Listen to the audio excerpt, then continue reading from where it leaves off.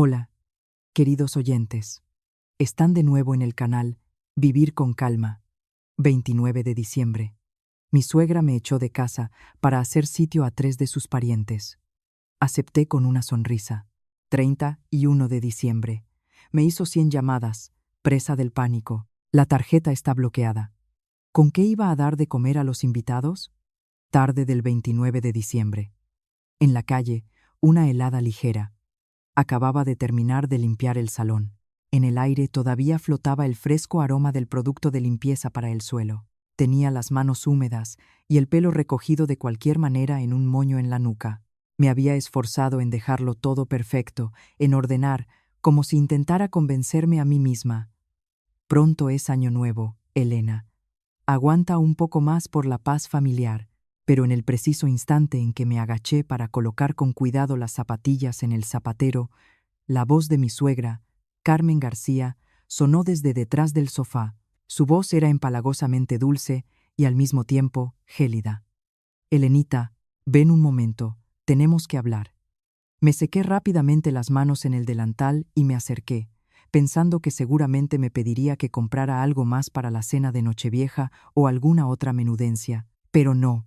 Estaba sentada en el centro del sofá, con la espalda recta y las manos sobre las rodillas, como una jueza esperando al acusado. Su mirada me recorrió de la cabeza a los pies.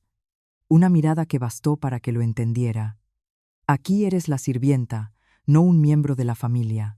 A su lado estaba mi marido, Antonio, tecleando algo con entusiasmo en su móvil, como si lo que ocurría no le concerniera en absoluto. Carmen carraspeó y pronunció, como si me estuviera concediendo un favor.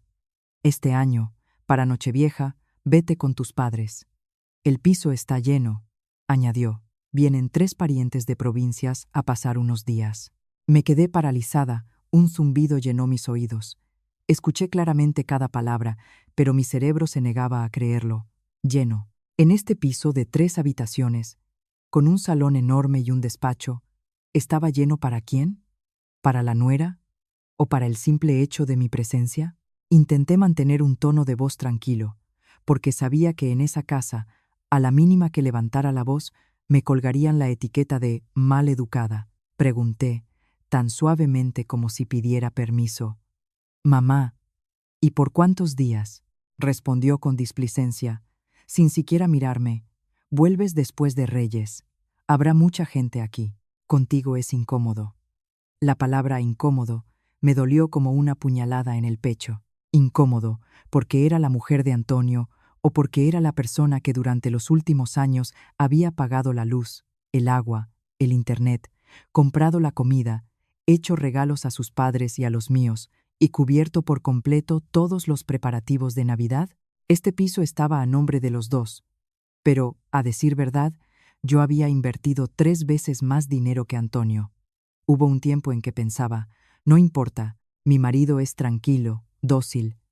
Yo me esforzaré un poco más para construir nuestro nido. Me consolaba con esos pensamientos para acabar hoy aquí, escuchando cómo me echaban de la casa que yo misma había ayudado a construir.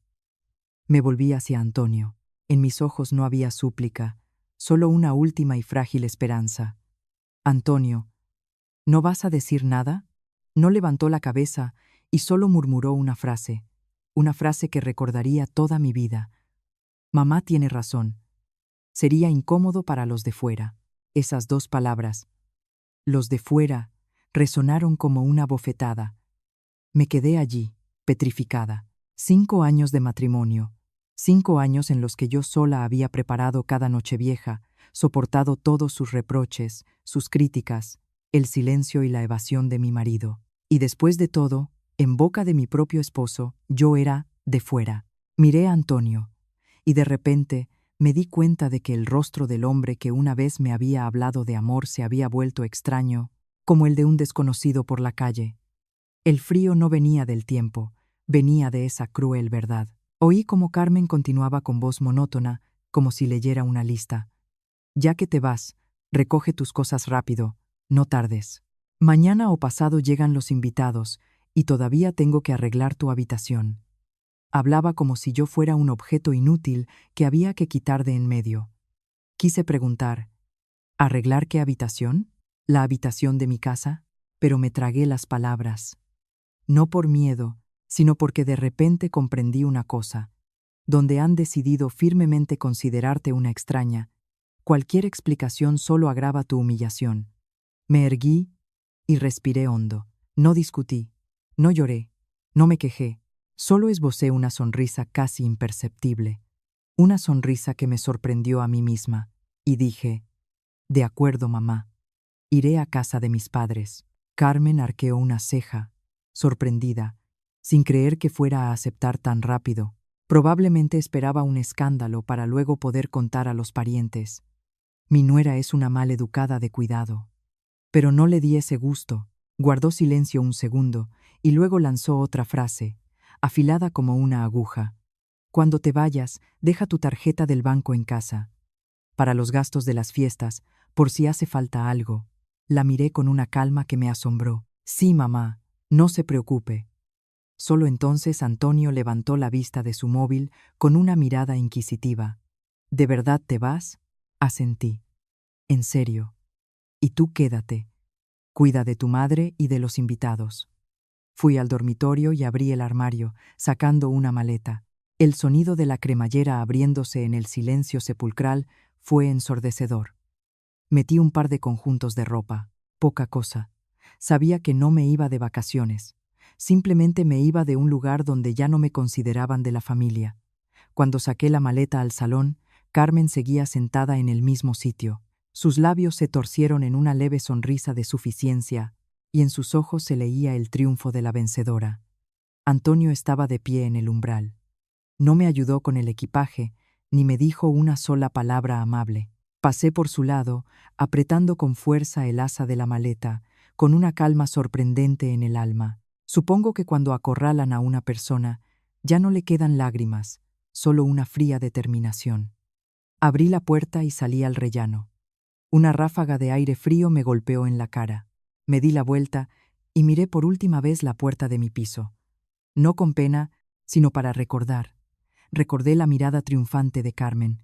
Recordé el cobarde silencio de Antonio. Recordé cada palabra que dijeron, porque a veces son precisamente esas palabras las que ayudan a una persona a despertar de un largo sueño. Arrastré la maleta escaleras abajo.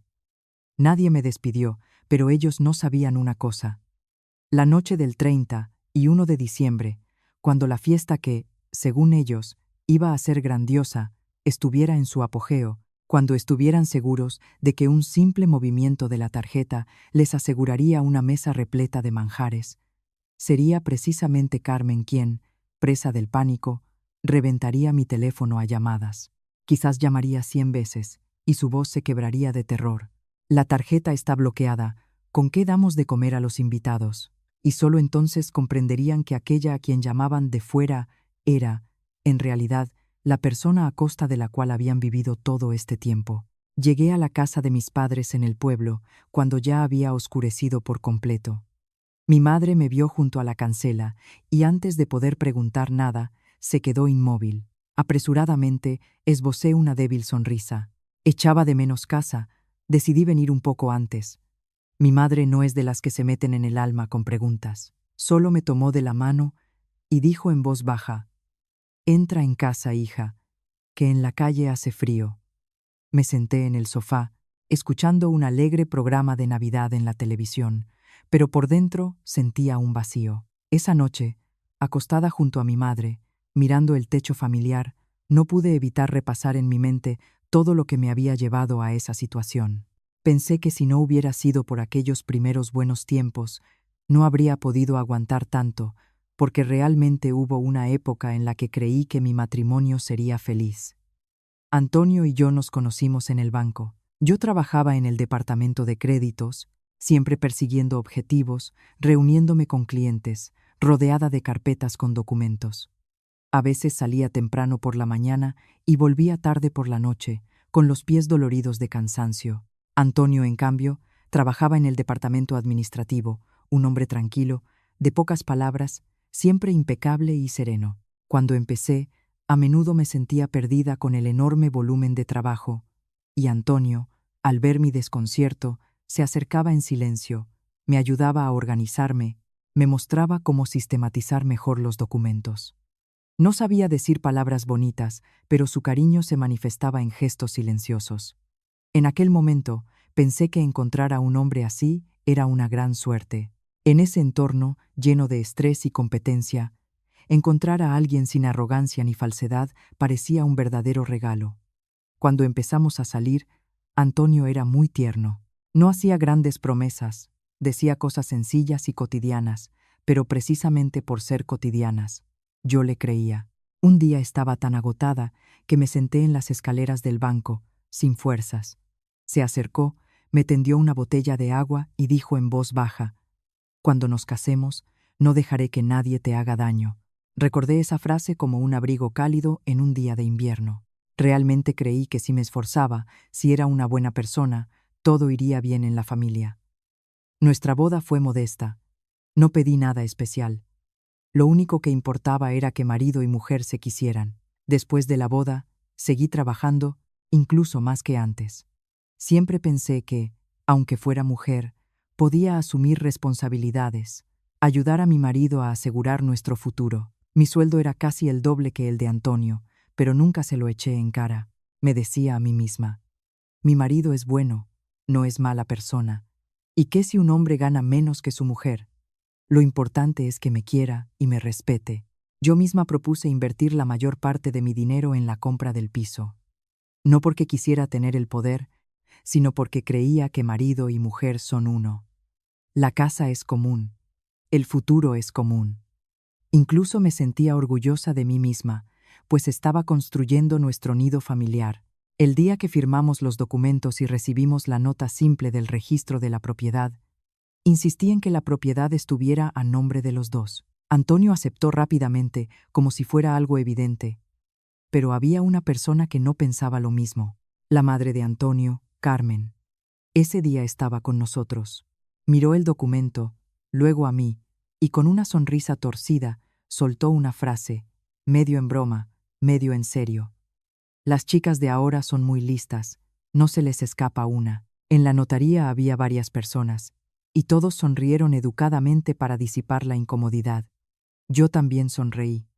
Me dije a mí misma: bueno, la suegra solo bromeaba. La gente mayor a veces es muy directa, no hay que ofenderse. Incluso me recriminé por ser demasiado sensible, temiendo parecer una nuera desconfiada que estropea las relaciones familiares.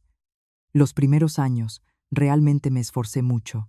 Para Navidad, compraba regalos, delicias, enviaba dinero a mis padres y a sus parientes, preparaba sobres con dinero para los sobrinos, me ocupaba de las reparaciones del piso. Un año hubo una gotera en el balcón. Pagué la reparación sin rechistar. Otro año se estropeó el frigorífico. También lo pagué yo. No presumía de ello. Simplemente consideraba que era parte de la familia, y si en casa faltaba algo, debía ayudar. Así sería más fácil para los dos. Antonio a veces ayudaba, pero más bien de cara a la galería. Las decisiones importantes y las cuestiones económicas siempre recaían en mí. Es extraño, pero en aquel entonces no me parecía una carga. Sentía que cumplía con mi deber de esposa y nuera. Cada vez que hacía una compra importante, Carmen decía una frase que sonaba a halago, pero dejaba un regusto amargo. Menos mal que tenemos una nuera tan apañada, si no, nos moriríamos de hambre. Al decir esto, solía lanzar una mirada a Antonio, como si le reprochara ser peor que su mujer. Luego se volvía hacia mí y sonreía, como si me estuviera premiando. Yo también sonreía en respuesta, pero con el tiempo empecé a darme cuenta de que no era un cumplido. Era como una cuerda invisible que se apretaba alrededor de mi cuello. Si eres apañada, debes proveer. Si eres apañada, debes cargar con todo. Y ese tono mordaz en sus palabras me hacía entender que no se alegraba de mis éxitos. Solo se alegraba de que yo pudiera mantener a su hijo. A veces, durante la cena, contaba historias de vecinas cuyas nueras no ayudaban económicamente. Chasqueaba la lengua. Una mujer se casa y empieza a contar cada céntimo. En una familia así no habrá paz. Al escuchar esto, me daba aún más miedo que me consideraran tacaña, y por eso intentaba no contar. Elegí el silencio, la paciencia, hacía un poco más de lo necesario. Pensaba que así me ganaría su reconocimiento. Pensaba que un día me aceptaría como a una hija. Pensaba que si vivía decentemente y aguantaba, todo se arreglaría. Pero cuanto más me esforzaba, más claro sentía que algo iba mal.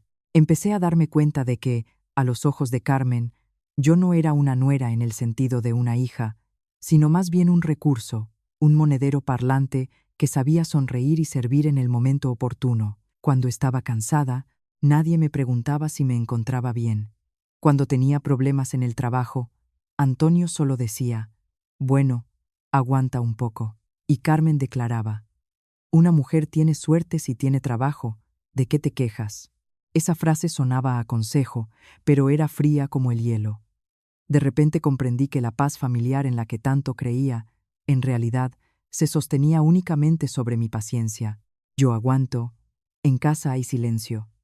Yo callo, en casa hay paz, pero bastaba con que alzara la voz, para que esa paz se hiciera añicos al instante. Esa noche, acostada en casa de mis padres, miraba cómo dormía mi madre. Escuchaba el aullido del viento tras la ventana, y de repente sentí un escozor en la nariz, no porque lamentara el piso, ni porque temiera quedarme sin dinero. Me sentía amargada al darme cuenta de que había entrado en ese matrimonio con una fe sincera, pero al otro lado, nunca me habían considerado de la familia, y aún no sabía que todo acababa de empezar. Pero ya entonces, en mi alma, nació una firme convicción. Si seguía siendo apañada, en el sentido que ellos querían, un día simplemente me consumiría, quedando para siempre como una extraña para ellos.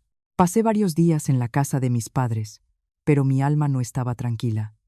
No porque echara de menos aquel piso, sino porque una pregunta no dejaba de dar vueltas en mi cabeza. ¿Por qué todo había salido así?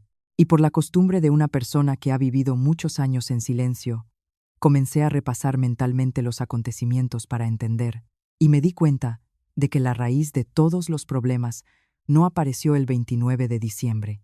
Se gestó en el tercer año de nuestro matrimonio, cuando mi suegra dejó de hacerme cumplidos velados y empezó a ponerme a prueba de otra manera, con pequeñas peticiones, a primera vista insignificantes, que, si se repiten constantemente, pueden derribar cualquier puerta. En aquel tiempo, nuestra vida con mi marido podía considerarse estable.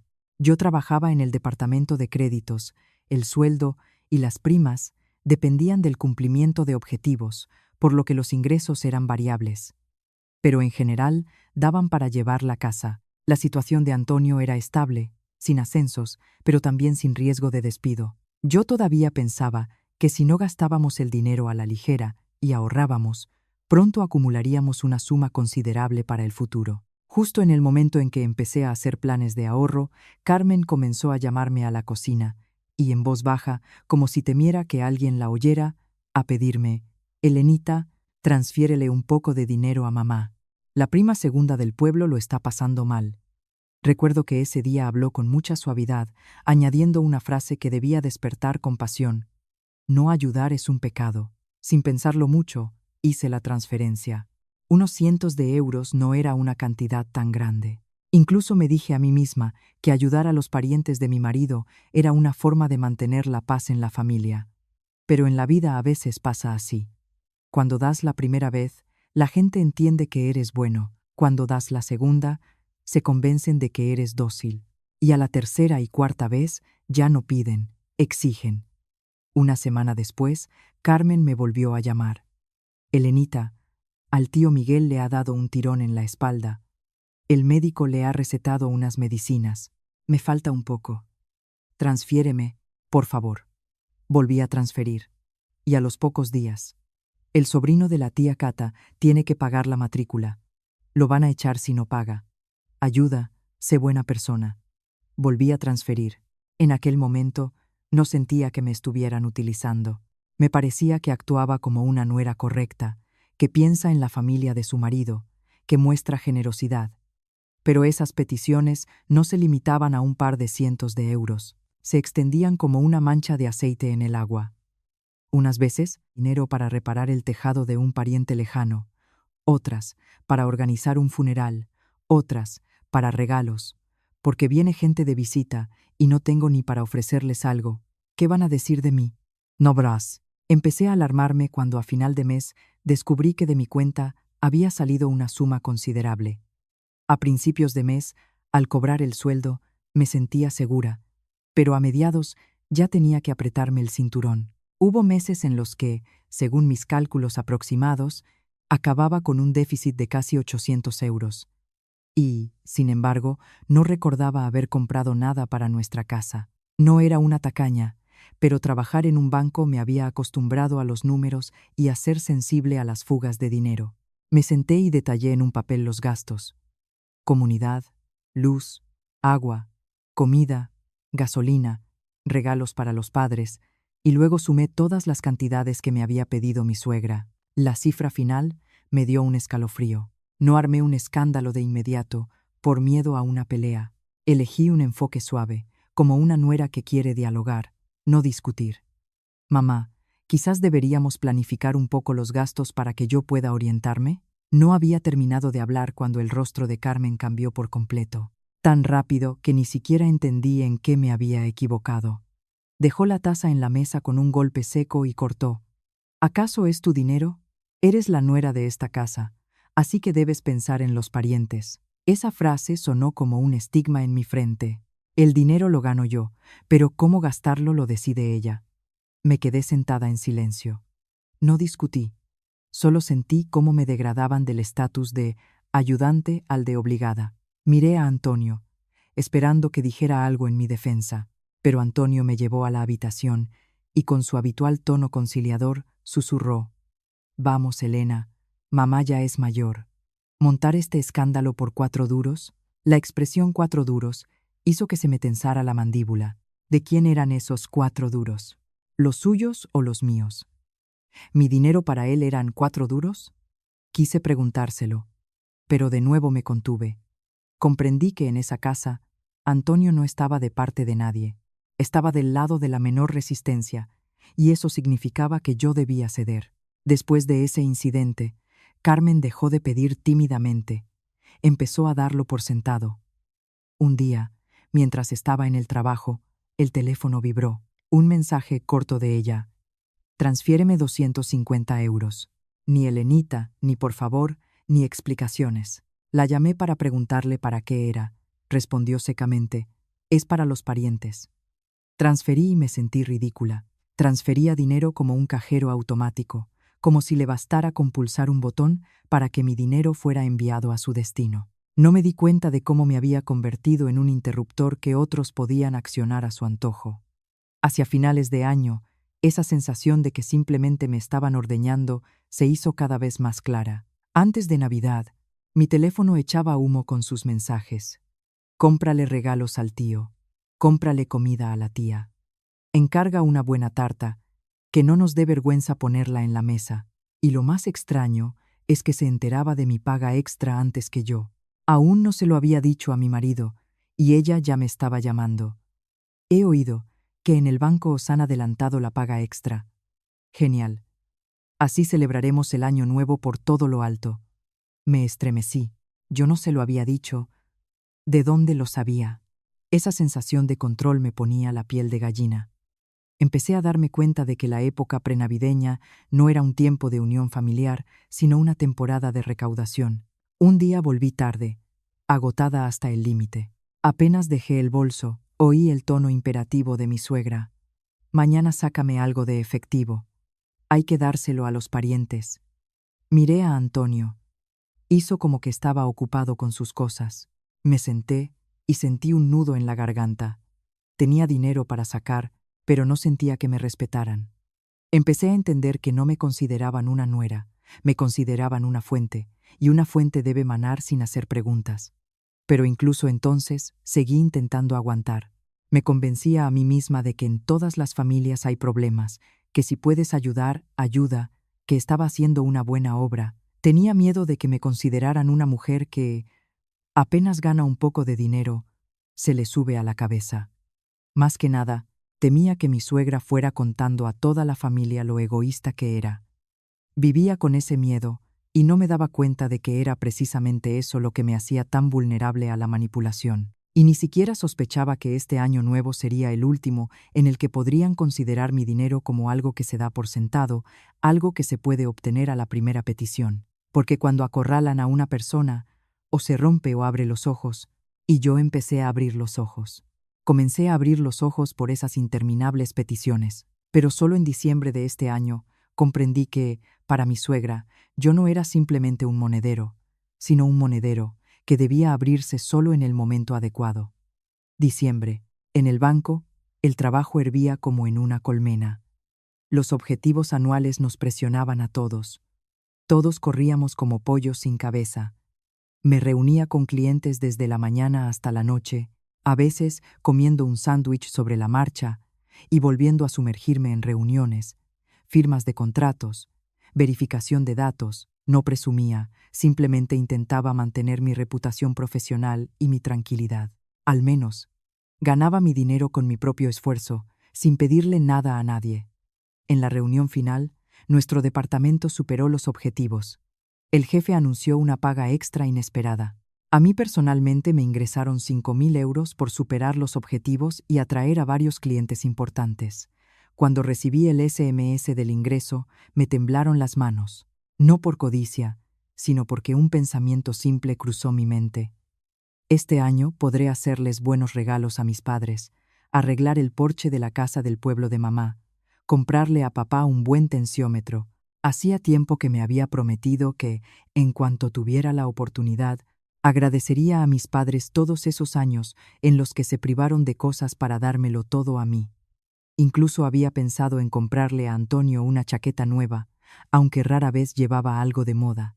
Pensaba, somos una familia, hay tiempos de todo. Si puedo, ayudo. Lo importante es que haya calidez en casa. Pero la vida es irónica.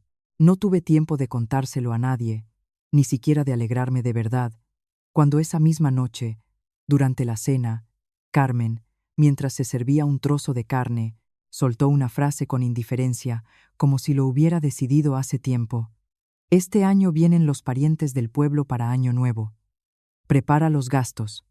Tenía el plato de sopa en las manos, y me quedé helada. La miré, intentando mantener la educación. Mamá, ¿y cuánto se necesitaría aproximadamente? Respondió al instante, sin dudar. Creo que con 3.000 euros bastará. Me quedé atónita. 3.000 euros para 3 parientes que venían a vivir, comer, pasear y comprar regalos. Para esos mismos parientes que nunca me habían preguntado cómo estaba, ni me habían dicho una sola palabra amable. Sentí que algo se encogía dentro de mí. Dejé el plato y, respirando hondo para que no me temblara la voz, dije, «Mamá, pero también tengo que ayudar a mis padres. Ellos también son mayores». Lo dije con mucha suavidad. No dije, «Es mi dinero». Solo dije que tenía otras obligaciones, pero Carmen se enfureció al instante. Su voz se volvió afilada como un cuchillo. «Esta casa te ha dado de comer durante 5 años. ¿No te parece suficiente? Te has casado, así que olvídate de los tuyos y los ajenos. Una nuera debe pensar primero en la familia de su marido». La expresión «dado de comer» hizo que me ardiera la cara. ¿Darme de comer durante 5 años? Yo trabajo, pago las facturas, compro la comida, asumo la mayor parte de los gastos de esta casa. No he cogido ni un céntimo de nadie. Y en su boca me había convertido en una mantenida. Esa capacidad de darle la vuelta a todo me dejó sin palabras. Miré a Antonio, esperando que dijera algo. Pero él, con la cabeza metida en el plato, guardaba silencio, como si no oyera nada, como si fueran peleas de mujeres en las que los hombres no debían meterse. Su silencio esa noche ya no era solo un deseo de mantener la paz. Era el silencio de un hombre que había abandonado a su mujer en un rincón. Y ese silencio era tan frío que me sentí absolutamente sola en medio de esa cocina. Carmen, al ver que no decía nada, torció los labios. «Tú trabajas en un banco. La paga extra seguro que es buena. En Año Nuevo hay que mantener la imagen de la familia, para que la gente no diga que somos unos tacaños». Quise replicar que la imagen de la familia es cómo vive la gente, no la mesa que pone. Pero me contuve. Sabía que discutir con ella ahora solo le daría un motivo para gritar. Me quedé sentada en silencio, terminando la cena, pero cada bocado se me atascaba en la garganta. Después de cenar, tardé mucho en dormirme. No dejaba de pensar en cómo se había enterado tan rápido de la paga extra. Yo no se lo había dicho a Antonio. Cuanto más pensaba, más inquieta me sentía. A la mañana siguiente, revisé el teléfono. Nada inusual. Pero por la tarde, cuando fui al cajero a sacar algo de efectivo para mis padres, descubrí que mi tarjeta mostraba transacciones extrañas. Abrí la aplicación del banco y vi varios cargos en un supermercado y una tienda de regalos. Las cantidades no eran pequeñas. Me quedé paralizada. Llamé a Antonio de inmediato. Respondió apresuradamente. ¿Qué pasa, Elena? Le pregunté directamente. ¿Has usado mi tarjeta? ¿De dónde son estos cargos? Antonio guardó silencio unos segundos y luego respondió, como si nada. Ah, fue mamá, que cogió la tarjeta adicional para comprar comida. Dijo que así era más cómodo. Fue como si me hubieran echado un jarro de agua helada. ¿Tarjeta adicional? ¿Qué tarjeta adicional? Recordé que una vez había solicitado una tarjeta adicional a nombre de Antonio por si acaso, pero siempre la había tenido yo.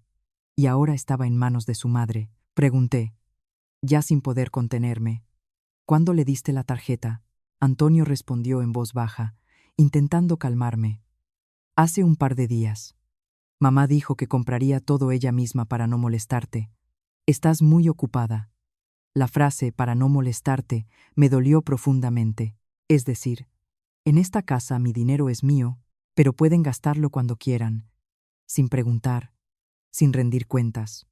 Ya no controlaba mi propia cuenta. Por la noche, volví a casa y vi a Carmen sentada, haciendo una lista de la compra, murmurando cálculos para sí misma. Me acerqué y le pregunté directamente, «Mamá, ¿tiene mi tarjeta?» Levantó la cabeza, sin inmutarse lo más mínimo. «Sí, la tengo. Es más cómodo antes de Año Nuevo. Eres la nuera. Si puedes, ayuda y no hagas preguntas tontas». Al oír eso, me temblaron las manos, no de miedo, sino de rabia y de lucidez. Miré a Antonio. Desvió la mirada. Por primera vez en toda mi vida de casada, comprendí lo que era la traición dentro de los muros de la casa que consideraba mi familia. A partir de ese momento, me di cuenta de que no se trataba de los 3.000 euros. Se trataba de que habían demostrado abiertamente su desprecio hacia mí. Un desprecio tan grande que ni siquiera intentaban ocultarlo. Y cuando la gente deja de ocultarlo, significa que están seguros de que seguiré aguantando. Lo que no sabían era que mi paciencia había llegado a su fin. Y el 29 de diciembre, cuando Carmen me echó de casa para ir con mis padres y hacer sitio a 3 parientes, vi con total claridad la verdadera esencia de todo lo que estaba pasando. Simplemente no lo dije en voz alta, pero en mi interior tomé una decisión firme como el acero. A partir de ese día, nadie más dispondría de mi dinero considerándolo un derecho propio. La mañana del 29 de diciembre me desperté a las 6:00. Todavía estaba oscuro. Un viento frío se colaba por las rendijas de las ventanas. Me levanté en silencio de la cama, con cuidado de no despertar a Antonio. Me puse una bata y fui a la cocina. No sé por qué seguí actuando como un autómata, cocinando, limpiando, como si fuera un día normal. Quizás, tras años de matrimonio, me había acostumbrado a que todo debía estar perfecto para que nadie pudiera reprocharme nada. Amasé la masa, puse a cocer unas gachas, vigilando el fuego. Mis manos se movían rápido, como si temieran llegar tarde. En mi cabeza seguían dando vueltas las conversaciones del día anterior sobre los 3.000 euros, sobre la tarjeta adicional en manos de mi suegra. Pero seguía convenciéndome a mí misma. No pasa nada, pronto es Año Nuevo. Haz lo que tengas que hacer. No estoy de empezar el año con peleas. Terminé de hornear. Limpié las ventanas, la mesa, cambié el agua del jarrón. Cada vez que me agachaba, sentía un dolor de espalda por el cansancio, pero no me atrevía a quejarme. A las 8:00 de la mañana, el piso estaba limpio y luminoso. En la cocina, olía a repostería recién hecha. Solo entonces me erguí y respiré hondo. Miré a mi alrededor y sentí una especie de vacío. Una sensación extraña, cuando lo haces todo pero nadie te pregunta, ¿no estás cansada? ¿Necesitas ayuda? Antonio todavía dormía, y mi suegra ya se había despertado y estaba sentada en el salón, hablando a gritos por teléfono. Su voz resonaba por todo el piso, como si quisiera que la oyera todo el edificio. Sí, sí, venid. Cuanta más gente, más divertido. Este año lo vamos a pasar en grande, con mucho jaleo. Hay sitio para todos, no os preocupéis. Yo estaba en la cocina y oía claramente cada palabra. Jaleo y diversión. ¿Para quién? Para los parientes, para los invitados. Y la nuera, un estorbo que había que quitar de en medio. Salí al salón. Carmen estaba sentada en el sofá, reclinada, y tras lanzarme una rápida mirada, continuó presumiendo por el teléfono. Claro que sí, venid. La Nochevieja es para estar con gente, con invitados. Una casa vacía no es una fiesta. Mi nuera es una maravilla, lo preparará todo, se encargará de todo. Al decir esto, sonrió con aire de suficiencia. Yo estaba allí de pie, escuchando eso de mi nuera, y me dio la risa. Normalmente nunca me llamaba hija, solo cuando necesitaba presumir, me exhibía. Vi cómo Antonio salía del dormitorio, despeinado, somnoliento.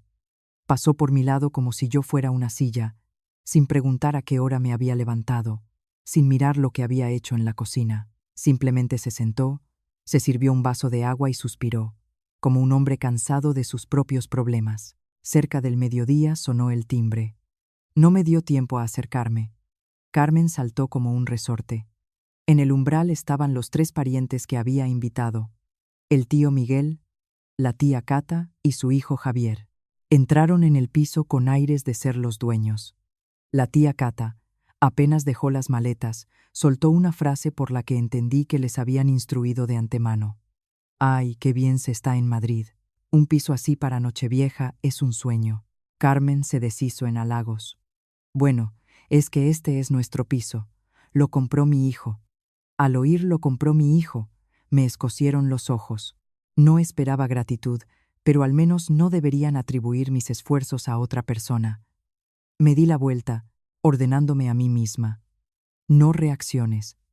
Es lo que están esperando.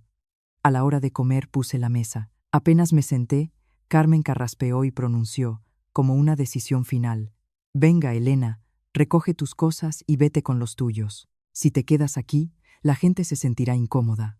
Vete rápido, para no estorbar». La expresión «no estorbar» me dejó helada. La miré a ella, luego a Antonio. Él desvió la mirada y soltó una frase que debía apagar el fuego. «Sí, vete un par de días, descansa. Después de las fiestas lo hablamos». Después de las fiestas lo hablamos. Sonó tan indiferente e irresponsable. De repente comprendí que para él yo era un objeto, que puede estar o no estar. Cuando se necesita dinero, fuerza, manos para trabajar, me llaman. Cuando vienen invitados, parientes, cuando hay que guardar las apariencias, me convierto en un estorbo. No dije nada más. Fui a la habitación, abrí el armario y saqué la maleta. El sonido de la cremallera abriéndose fue ensordecedor. Metía mis cosas y las manos ya no me temblaban. El temblor se había pasado al comprender la esencia de lo que ocurría. Saqué la maleta al salón. Carmen me miró como a alguien que había mostrado sensatez e incluso me premió con otra frase: «Haces bien en irte pronto. No hay que poner a la gente en una situación incómoda en plenas fiestas». Solo asentí, sin reaccionar. Saqué la maleta por la puerta. Nadie me ayudó. Antonio estaba de pie con cara de piedra y solo repitió su frase: «Después de las fiestas, lo hablamos». El tío Miguel masticaba algo y sonreía con suficiencia. Javier miraba su móvil.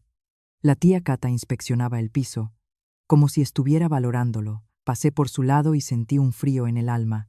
Era el frío de alguien que ha perdido definitivamente la esperanza. Llamé a un taxi. Cuando llegó el coche, me subí y a través de la ventanilla vi que Carmen seguía en el umbral, con los brazos cruzados y una expresión de satisfacción, como si acabara de librarse de un obstáculo. No lloré. Las lágrimas ya no venían al caso.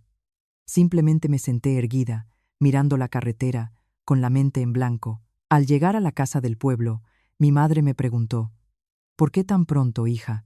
Mi padre, que veía la televisión, También levantó la cabeza. ¿Ha pasado algo? Esbocé una sonrisa forzada. Simplemente echaba de menos casa. No quería que mis padres pasaran la Nochevieja preocupados. Quería que estuvieran tranquilos. Esa noche, cuando todos en casa ya se habían acostado, yo estaba tumbada sola y encendí el teléfono. La luz de la pantalla se reflejaba en el techo. Miraba la aplicación del banco, las cifras, y recordaba las palabras de mi suegra. Deja tu tarjeta en casa. Me reí en silencio. Resulta que me habían echado, pero querían que me quedara en forma de tarjeta de crédito. Me senté. Entré en la configuración, cambié todas las contraseñas, los códigos de acceso, los códigos para transacciones. Bloqueé la tarjeta adicional. Cancelé todos los pagos automáticos. Revisé cada punto meticulosamente, como alguien que cierra todas las cerraduras antes de un huracán. Al terminar, apagué la pantalla, dejé el teléfono y sentí una extraña paz. No porque hubiera ganado, sino porque por fin había hecho lo que debería haber hecho hace mucho tiempo: proteger lo mío. Me acosté, me tapé con la manta y escuché el ruido del viento fuera. Sabía con certeza que el 31 de diciembre, cuando fueran al supermercado, cuando intentaran pagar con la tarjeta sus grandiosas compras para la cena de Nochevieja, todo se vendría abajo, y no tendría que hacer nada. Simplemente esperaría la primera llamada. Esperaría no por regodeo, sino porque entendía que algunas personas solo abren los ojos cuando se dan de bruces contra la realidad. La tarde del 31 de diciembre, en nuestra casa del pueblo reinaba un ajetreo cálido, acogedor, sin ostentación. Mi madre preparaba los aperitivos. Mi padre limpiaba una vieja vitrina. Yo ayudaba a mi madre a colocar la fruta y los dulces. En la casa olía a abeto, a mandarinas y a repostería recién hecha. Ese aroma a Navidad que te tranquiliza el alma. Justo estaba poniendo la mesa cuando el teléfono sobre ella empezó a vibrar como un loco. Una vez no es nada, pero una vibración continua no es normal. Miré la pantalla. Suegra. El nombre aparecía, se apagaba y volvía a aparecer. Apenas cesaba la vibración, comenzaba de nuevo. Y luego empezaron a llover mensajes de Antonio. Coge el teléfono, es urgente. No respondí de inmediato. Dejé el teléfono y seguí con mis cosas, como si no oyera nada. Mi madre, lanzando una mirada, preguntó en voz baja: ¿Quién llama, hija? Sonreí suavemente. Seguramente les ha pasado algo, ya lo solucionaré más tarde. No quería que mi madre se preocupara el último día del año. El teléfono seguía vibrando, como si le diera un ataque. Veía como el contador de llamadas perdidas crecía. 10, 20, casi 30. Solo entonces lo cogí y pulsé responder. No dije un «diga» apresurado. Dije, muy tranquilamente: «Sí, te escucho». Al otro lado de la línea estalló una bomba. La voz de Carmen era estridente. Gritaba cada palabra, como si intentara reventarme los tímpanos. «¿Pero qué has hecho? La tarjeta está bloqueada. Estamos en el supermercado. La gente nos mira. Qué vergüenza para toda la vida». Toro. De fondo oía ruido, el sonido de las cajas registradoras, de los carros, la voz de alguien. «Señora, el pago no pasa». La imaginé en medio de la multitud, con la cara roja, los ojos desorbitados. Su orgullo, atascado en un datáfono. No temía el hambre, temía perder la reputación. No grité, no me reí, solo pregunté en respuesta, tan tranquilamente como si fuera una conversación normal: «Mamá, ¿y qué ibais a comprar con tanta urgencia?». Se enfureció aún más. «¿Pero tú eres tonta? Es Nochevieja. Carne, pescado, marisco, cava. Los invitados están en casa, ¿y qué se supone que haga? Volver con las manos vacías». Al oír la palabra invitados, lo entendí todo. Esa misma fiesta de la que presumía ante todo el mundo, esa misma Nochevieja que debía impresionar a todos por su magnificencia. Respiré hondo y pronuncié una única frase, sin emoción, pero que lo cambió todo. «En la casa hay dueños, pregúntales a ellos. A mí me echaron. ¿Qué derecho tengo yo a pagar nada?». Al otro lado de la línea se hizo el silencio por un segundo, y luego una nueva explosión. Gritó: Y encima te atreves a hablar de derechos. Eres la nuera de mi casa, tienes la obligación de cuidar de nosotros. Lo que haces es un pecado, ¿entiendes? No me dio tiempo a responder. Oí un forcejeo y la voz de Antonio. Al parecer, le había arrebatado el teléfono. Su tono era suplicante, pero detrás se escondía la agresión pasiva a la que estaba acostumbrada. Elena, no te pongas así. Tenemos invitados. Activa la tarjeta, después de las fiestas hablamos. Ese, después de las fiestas, me hizo gracia. Después de las fiestas, harían como si no hubiera pasado nada. Me obligarían de nuevo a tragarme la ofensa, a jugar el papel de la buena y dócil por el bien de la paz familiar. Me reí en voz baja, no con burla, sino al darme cuenta de lo tonta que había sido antes. ¿Después de qué fiesta, Antonio? El día 29 me llamaste de fuera, y los de fuera no tienen la obligación de pagar los banquetes de otros. Antonio se calló. Le oía respirar con dificultad. Intentaba hablar bajo para que nadie en el supermercado le oyera, pero aún así intentaba presionar. Elena, para allá.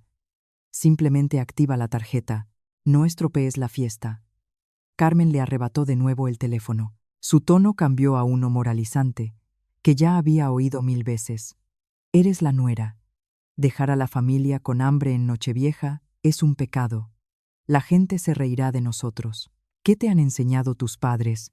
¿A ser tan descarada? Cuando metió a mis padres en el asunto, se me heló la sangre.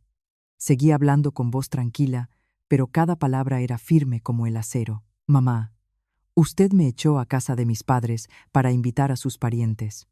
O sea, los eligió a ellos. Pues pídales a ellos que paguen. Carmen se ahogó y escupió con amargura. Así que ahora cuentas cada céntimo, ¿eh? Respondí brevemente. No, simplemente intento entender cuál es mi sitio. Y mi sitio, como usted dijo, está fuera de la puerta. Colgué, sin esperar a que continuara. No quería escuchar maldiciones en Nochevieja. Dejé el teléfono. Tenía las manos tranquilas, pero sabía que esto no había terminado. Y tenía razón.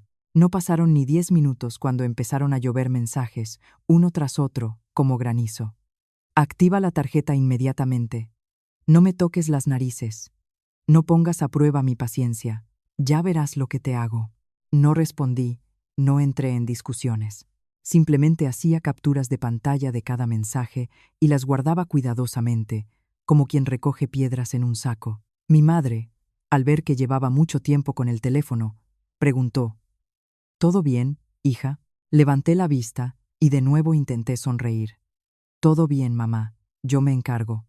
Pero en realidad entendía perfectamente que ellos no consideraban que echarme fuera un error. Consideraban un error que la tarjeta estuviera bloqueada. Para ellos, yo podía irme, siempre que el dinero se quedara. Ya iba a apagar el teléfono, pero justo a las 19:30 llegó otro mensaje de Antonio. Solo una línea, que me provocó un escalofrío. Si no activas la tarjeta, mamá montará un escándalo en casa de tus padres. Miré la pantalla y guardé silencio un buen rato. No porque temiera un escándalo, sino porque por fin vi sus métodos en todo su esplendor. Si no consiguen lo que quieren, están dispuestos a pasar por encima de quien sea, incluso de mis padres, para obligarme a obedecer. Apreté con fuerza el teléfono en la mano, lo dejé en la mesa y volví a ayudar a mi madre a poner la mesa. Pero en mi cabeza ya había madurado una firme decisión. Desde el momento en que Antonio envió esa amenaza, nuestro matrimonio dejó de ser una cuestión de sentimientos. Se había convertido en un chantaje, y no permitiría que mis padres se vieran envueltos en medio de este juego descarado. El mensaje de Antonio fue la gota que colmó el vaso. No respondí de inmediato. Dejé el teléfono, respiré hondo e intenté que mi voz y mis movimientos permanecieran tranquilos. No quería asustar a mis padres, pero cuanto más intentaba parecer tranquila, más claramente sentía como todo hervía por dentro. Se habían atrevido a amenazar con venir a la casa del pueblo para presionarme. Eso significaba que no solo me despreciaban hasta el límite, sino que tampoco tenían ningún respeto por mis padres. Mi madre todavía estaba colocando los aperitivos. Mi padre encendía las velas. Nuestra pequeña y cálida casa se vio de repente amenazada por una tormenta inminente. Me acerqué a mi madre y le dije en voz baja: Mamá, tú haz lo de siempre. Si viene alguien, yo me encargo. Mi madre me miró con preocupación, pero asintió. Mi padre no hizo preguntas. Solo colocó lentamente las velas en la mesa y me dedicó una mirada larga y profunda.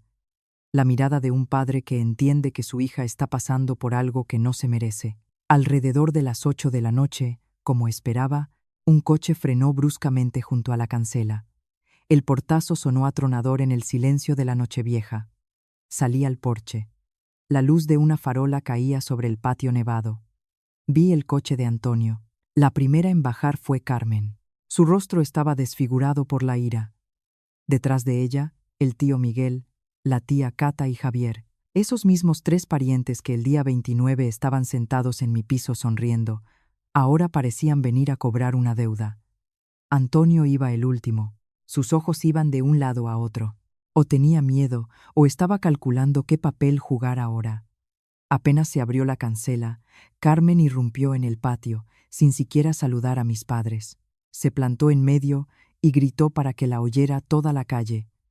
Miradla, todas las nueras normales preparando la nochevieja, y la mía bloqueando la tarjeta para que toda la familia se muera de hambre. Mi madre, al oír eso en la cocina, se quedó paralizada con una fuente de fruta en las manos.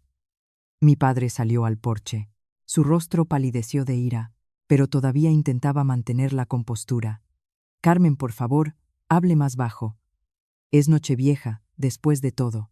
No había terminado de hablar cuando ella lo interrumpió, señalando hacia nuestra casa. ¿Así es como han educado a su hija para que sea una mal educada? Me ha avergonzado a mí y a toda nuestra familia. Sus palabras eran como cuchillos que lanzaba al azar, sin importarle la verdad, solo para hacer daño. Antonio intervino. Su voz era a la vez suplicante y amenazante, la típica manera de alguien que quiere presionar pero manteniendo la máscara de buen marido. Elena, sal, hablemos. No avergüences a los mayores. Lo miré directamente, pronunciando cada palabra con claridad. Has traído a esta gente aquí para amenazarme delante de mis padres. ¿A eso lo llamas hablar? Antonio se turbó y miró a su madre. Carmen dio un paso al frente y siseó. No es una amenaza. He venido a aclarar las cosas. Eres la nuera. ¿Cómo te atreves a actuar así? ¿Por quién nos tomas? El tío Miguel, que estaba a su lado, echó más leña al fuego. Una mujer casada y se aferra al dinero como a su vida. Esas solo piensan en sí mismas. La tía Cata asintió con malicia. Se ha ganado 4 duros y se cree la reina. No respeta a la familia de su marido. Javier sonrió con suficiencia, mirándome de arriba abajo, como si fuera mercancía defectuosa. Si eres tan apañada, sé apañada hasta el final, no dejes a la gente con hambre en plenas fiestas. Los escuchaba y, cosa extraña, ya no sentía rabia. Solo sentía frío. Un frío que me permitía ver cada uno de sus rostros, cada sonrisa burlona, cada mirada codiciosa y malévola. No entré en una larga discusión. Sabía que cuanto más discutiera, más motivos les daría para el escándalo. Hice una sola pregunta, lo suficientemente baja, pero afilada como una cuchilla. ¿Habéis venido para Año Nuevo? ¿Habéis traído algo o pensabais celebrarlo a costa de mi tarjeta? Esa pregunta fue como echar sal en la herida. El tío Miguel se calló. La tía Cata se quedó muda. Javier dejó de sonreír con suficiencia, y Carmen, como si le hubieran dado en el punto débil, se puso roja y gritó, estirando el cuello. ¿A quién estás llamando mantenidos? ¿Has perdido la vergüenza? La miré con calma. Solo he preguntado por la realidad. Si no pensabais usar mi tarjeta, ¿por qué me hicisteis 100 llamadas y trajisteis a toda la familia aquí? Carmen chilló y me señaló con un dedo que temblaba de rabia. Activa la tarjeta ahora mismo o puedes olvidarte de volver a esa casa. Respondí brevemente, sin levantar la voz, pero con mucha claridad. Ahora mismo estoy en casa de mis padres, y de esa casa ya me echasteis. Carmen se quedó callada un instante, y luego se volvió hacia mis padres, como buscando aliados. ¿Lo veis?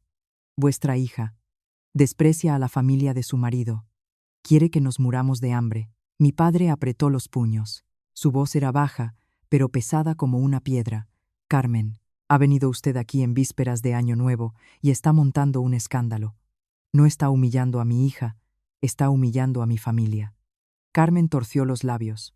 Si la defienden, aliméntenla ustedes. Y encima quiere quedarse con todas nuestras propiedades. En ese momento, Antonio dio un paso al frente. Sacó un papel doblado del bolsillo y me lo tendió.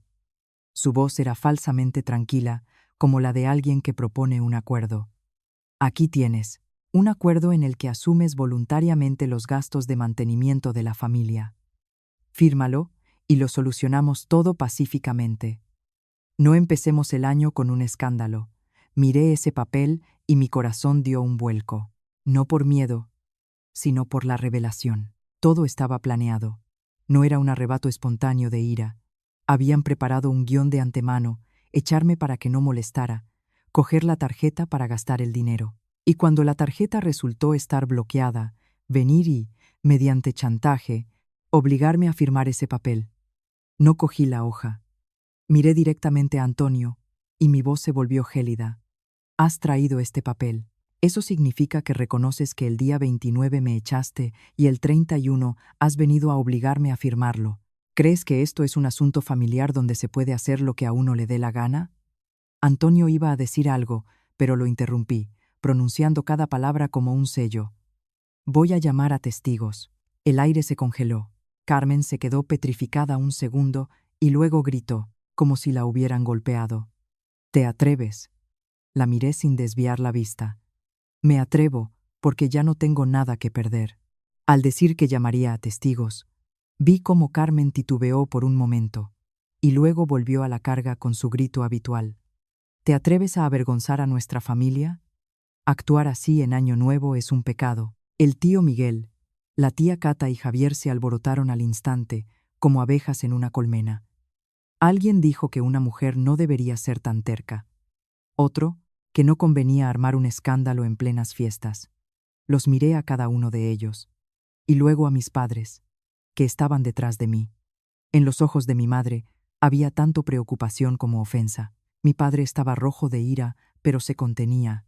En ese momento, comprendí que si mostraba debilidad, seguirían presionando. Y si les permitía decir lo que quisieran, los humillados serían mis padres. No podía permitirlo. Por nada del mundo, saqué el teléfono delante de ellos, sin ocultarme. Encendí la grabadora de voz de tal manera que la pantalla brillara intensamente. Y dije con claridad, no en voz alta, pero con firmeza: con su permiso, he encendido la grabadora. Quien diga algo, que lo diga claro, para que luego no haya habladurías de que me lo he inventado. Carmen se turbó notablemente. Gritó, como si la hubieran golpeado. ¿En casa de quién enciendes tú una grabadora? ¿No respetas a tus mayores? La miré directamente a los ojos, con frialdad y calma. Esta es la casa de mis padres, y ustedes están en una casa ajena gritando. Tengo derecho a defenderme. Carmen se ahogó, pero aún así intentó guardar las apariencias. Soy tu suegra política.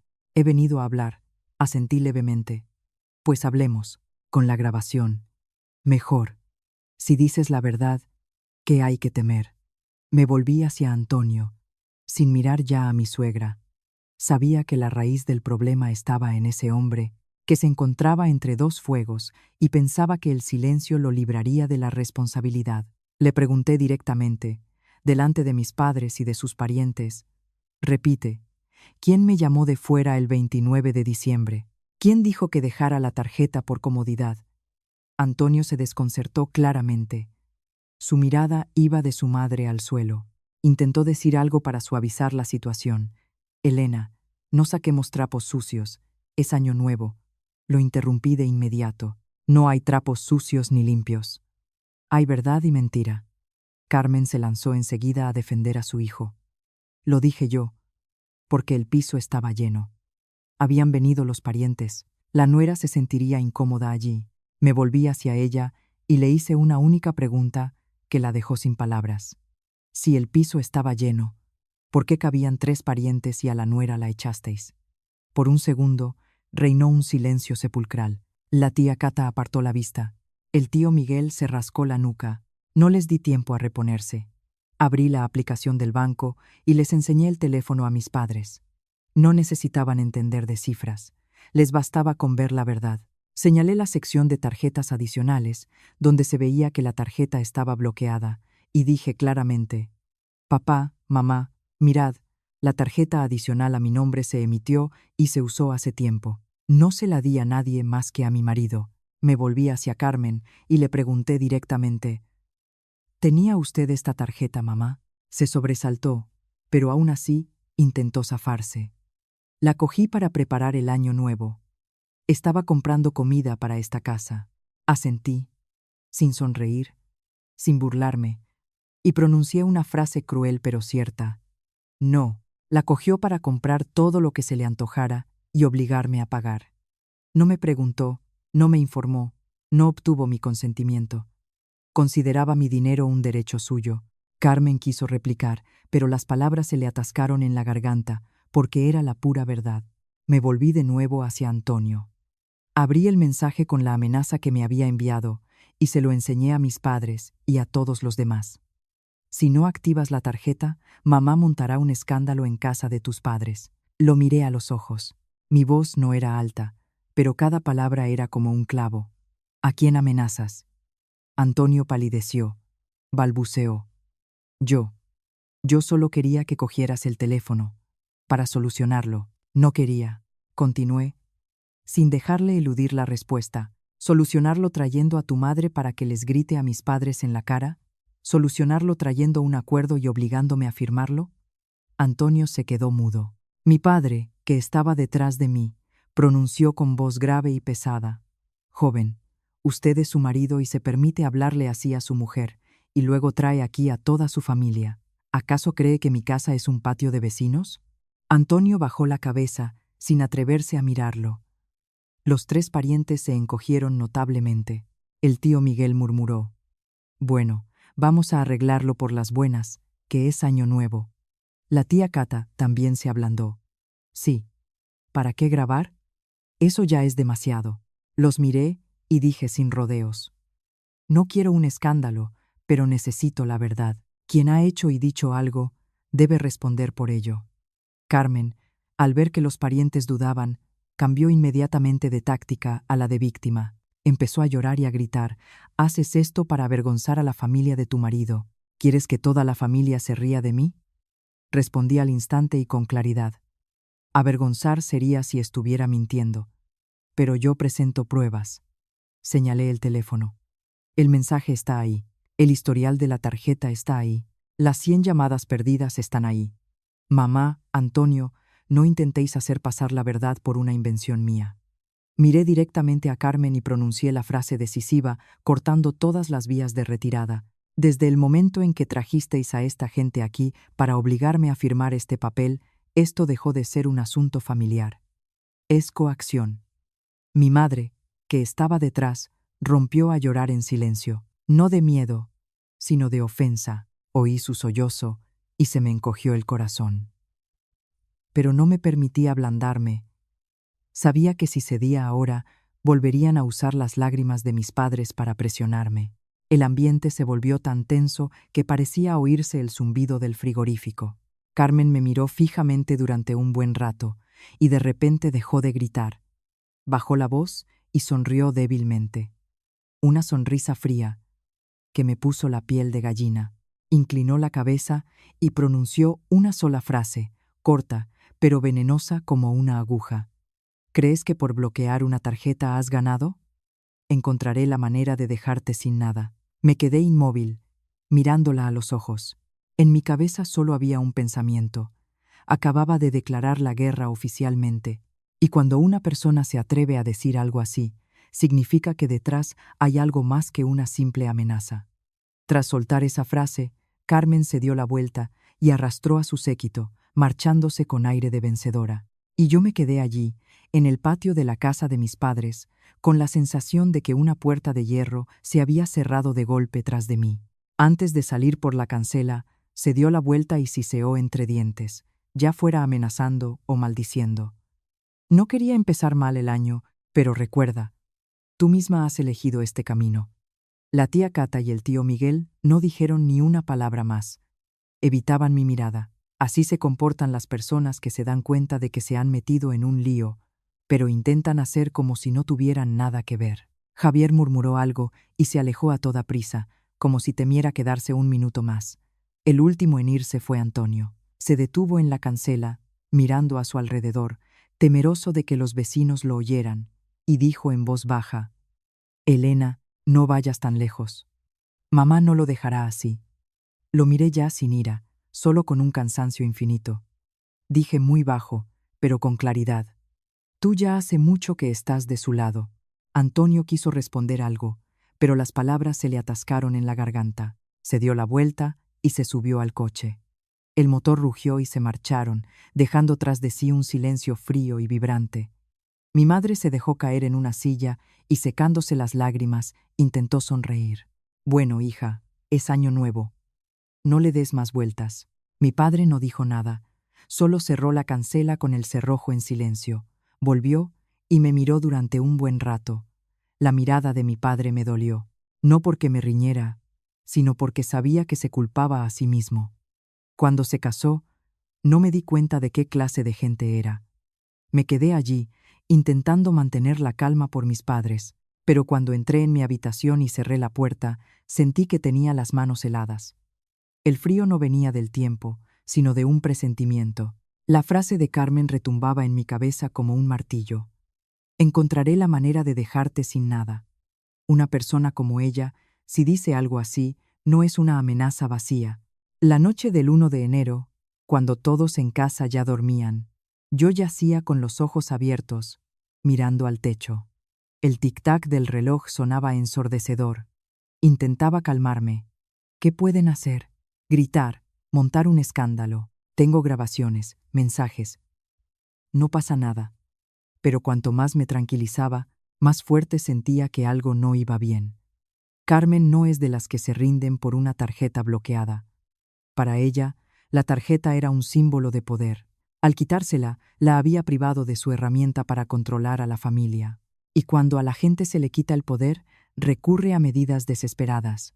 Recordé cómo hablaba del dinero, cómo se le iluminaban los ojos ante cualquier oportunidad. Recordé cómo Antonio me había pedido una vez copias de los documentos del piso, supuestamente para dar de alta a unos contadores en la nueva comunidad de vecinos. Se las di sin pensarlo. Confiaba en mi marido.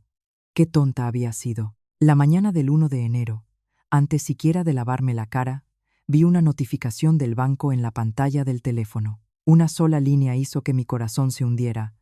Solicitud de actualización de información de crédito, verificación de bien en garantía. Me quedé helada. ¿Qué crédito? Yo no había pedido ningún crédito. Abrí la notificación, leí con más atención. Había un número de solicitud, una referencia y una frase que me provocó un escalofrío: bien en garantía. Pensé inmediatamente en el piso, porque el único activo importante a mi nombre y al de Antonio era ese piso. Me derrumbé en la cama. Me temblaban las manos. Todo me daba vueltas en la cabeza.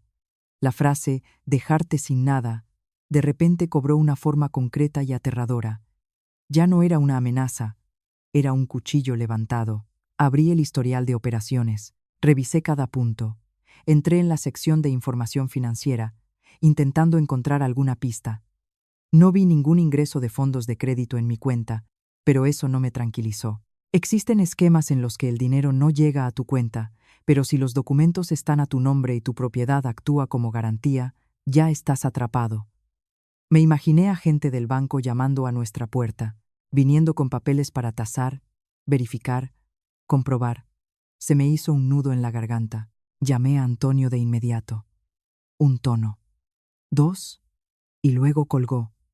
Volví a llamar, no lo cogió. Llamé a mi suegra, colgó. Le escribí un mensaje a Antonio. Explícame qué es eso del crédito. El mensaje se entregó, pero no se leyó. Escribí otro. Si no respondes, contactaré yo misma con el banco. Silencio.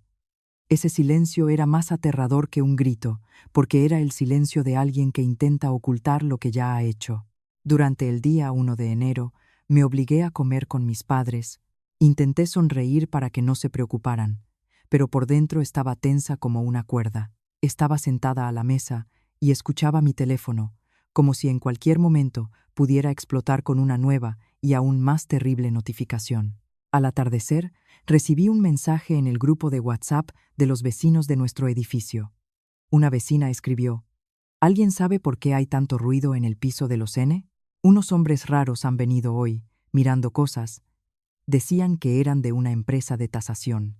Estuvieron un buen rato en la puerta, haciendo preguntas. Al leer eso, sentí un escalofrío que me recorrió desde la nuca hasta los talones. Empresa de tasación, la palabra que tanto temía. Habían llevado a gente a mi piso. Eso significaba que la solicitud no era un error. Era real, estaba en proceso. Y si me retrasaba un solo paso, me convertirían en la nuera que bloqueó la tarjeta y huyó de casa, y luego me cargarían con una deuda que yo no había creado. Estaba sentada en mi habitación, con la puerta cerrada, y escuchaba los petardos en la calle. La gente celebraba el Año Nuevo, y yo estaba sentada sobre un barril de pólvora. Volví a abrir todos los archivos, la grabación de audio, los mensajes, el historial de la tarjeta adicional, las notificaciones del banco, el mensaje del grupo de vecinos. Hice capturas de pantalla, lo guardé todo en una carpeta aparte y me envié una copia a mi correo electrónico por si le pasaba algo al teléfono. Nunca pensé que tendría que vivir así, pero entendí que cuando tratas con intrigantes, las pruebas son tu armadura. Y entendí otra cosa, aún más amarga. La trampa no me la habían tendido extraños, sino mi marido y su madre. No temía su ira, temía volver a ser una tonta, y esta vez decidí ir directamente a la boca del lobo. La mañana del 2 de enero, mientras la gente en las calles se felicitaba el Año Nuevo, me levanté muy temprano. No pude comer. Solo bebí un vaso de agua para reponerme. Me puse un abrigo y cogí la carpeta con los documentos, fina pero pesada como una piedra en el alma. Mi madre me miró con preocupación. ¿A dónde vas con esa cara, hija? La tomé de la mano y le dije en voz baja: tengo que solucionar un asunto. Mamá, no te preocupes, sé lo que hago. Mi padre solo asintió, sin hacer preguntas. Pero antes de salir, pronunció con voz grave: si pasa algo, llama. Esas palabras me reconfortaron un poco, pero también me recordaron que ya no tenía derecho a equivocarme. Un error esta vez me costaría el piso, la reputación y posiblemente toda la vida. Fui directamente al banco donde había trabajado, conocía sus procedimientos, sabía cómo manejaban los documentos. Entré con calma, sin gritos ni escándalos, y me dirigí directamente a un empleado, exponiéndole el asunto. Quiero verificar toda la información relativa a un bien en garantía, a mi nombre y al de mi marido. He recibido una notificación de un crédito, pero no he firmado ningún documento. La operadora titubeó un poco. En días festivos había pocos empleados, pero al ver mi seguridad y el paquete completo de documentos, me pidió que esperara y llamó a un especialista responsable. Al rato salió un gestor. Le expuse brevemente la situación. El piso está en régimen de gananciales. Sospecho que se ha presentado una solicitud de crédito con el piso como garantía, y sospecho que mi firma ha sido falsificada.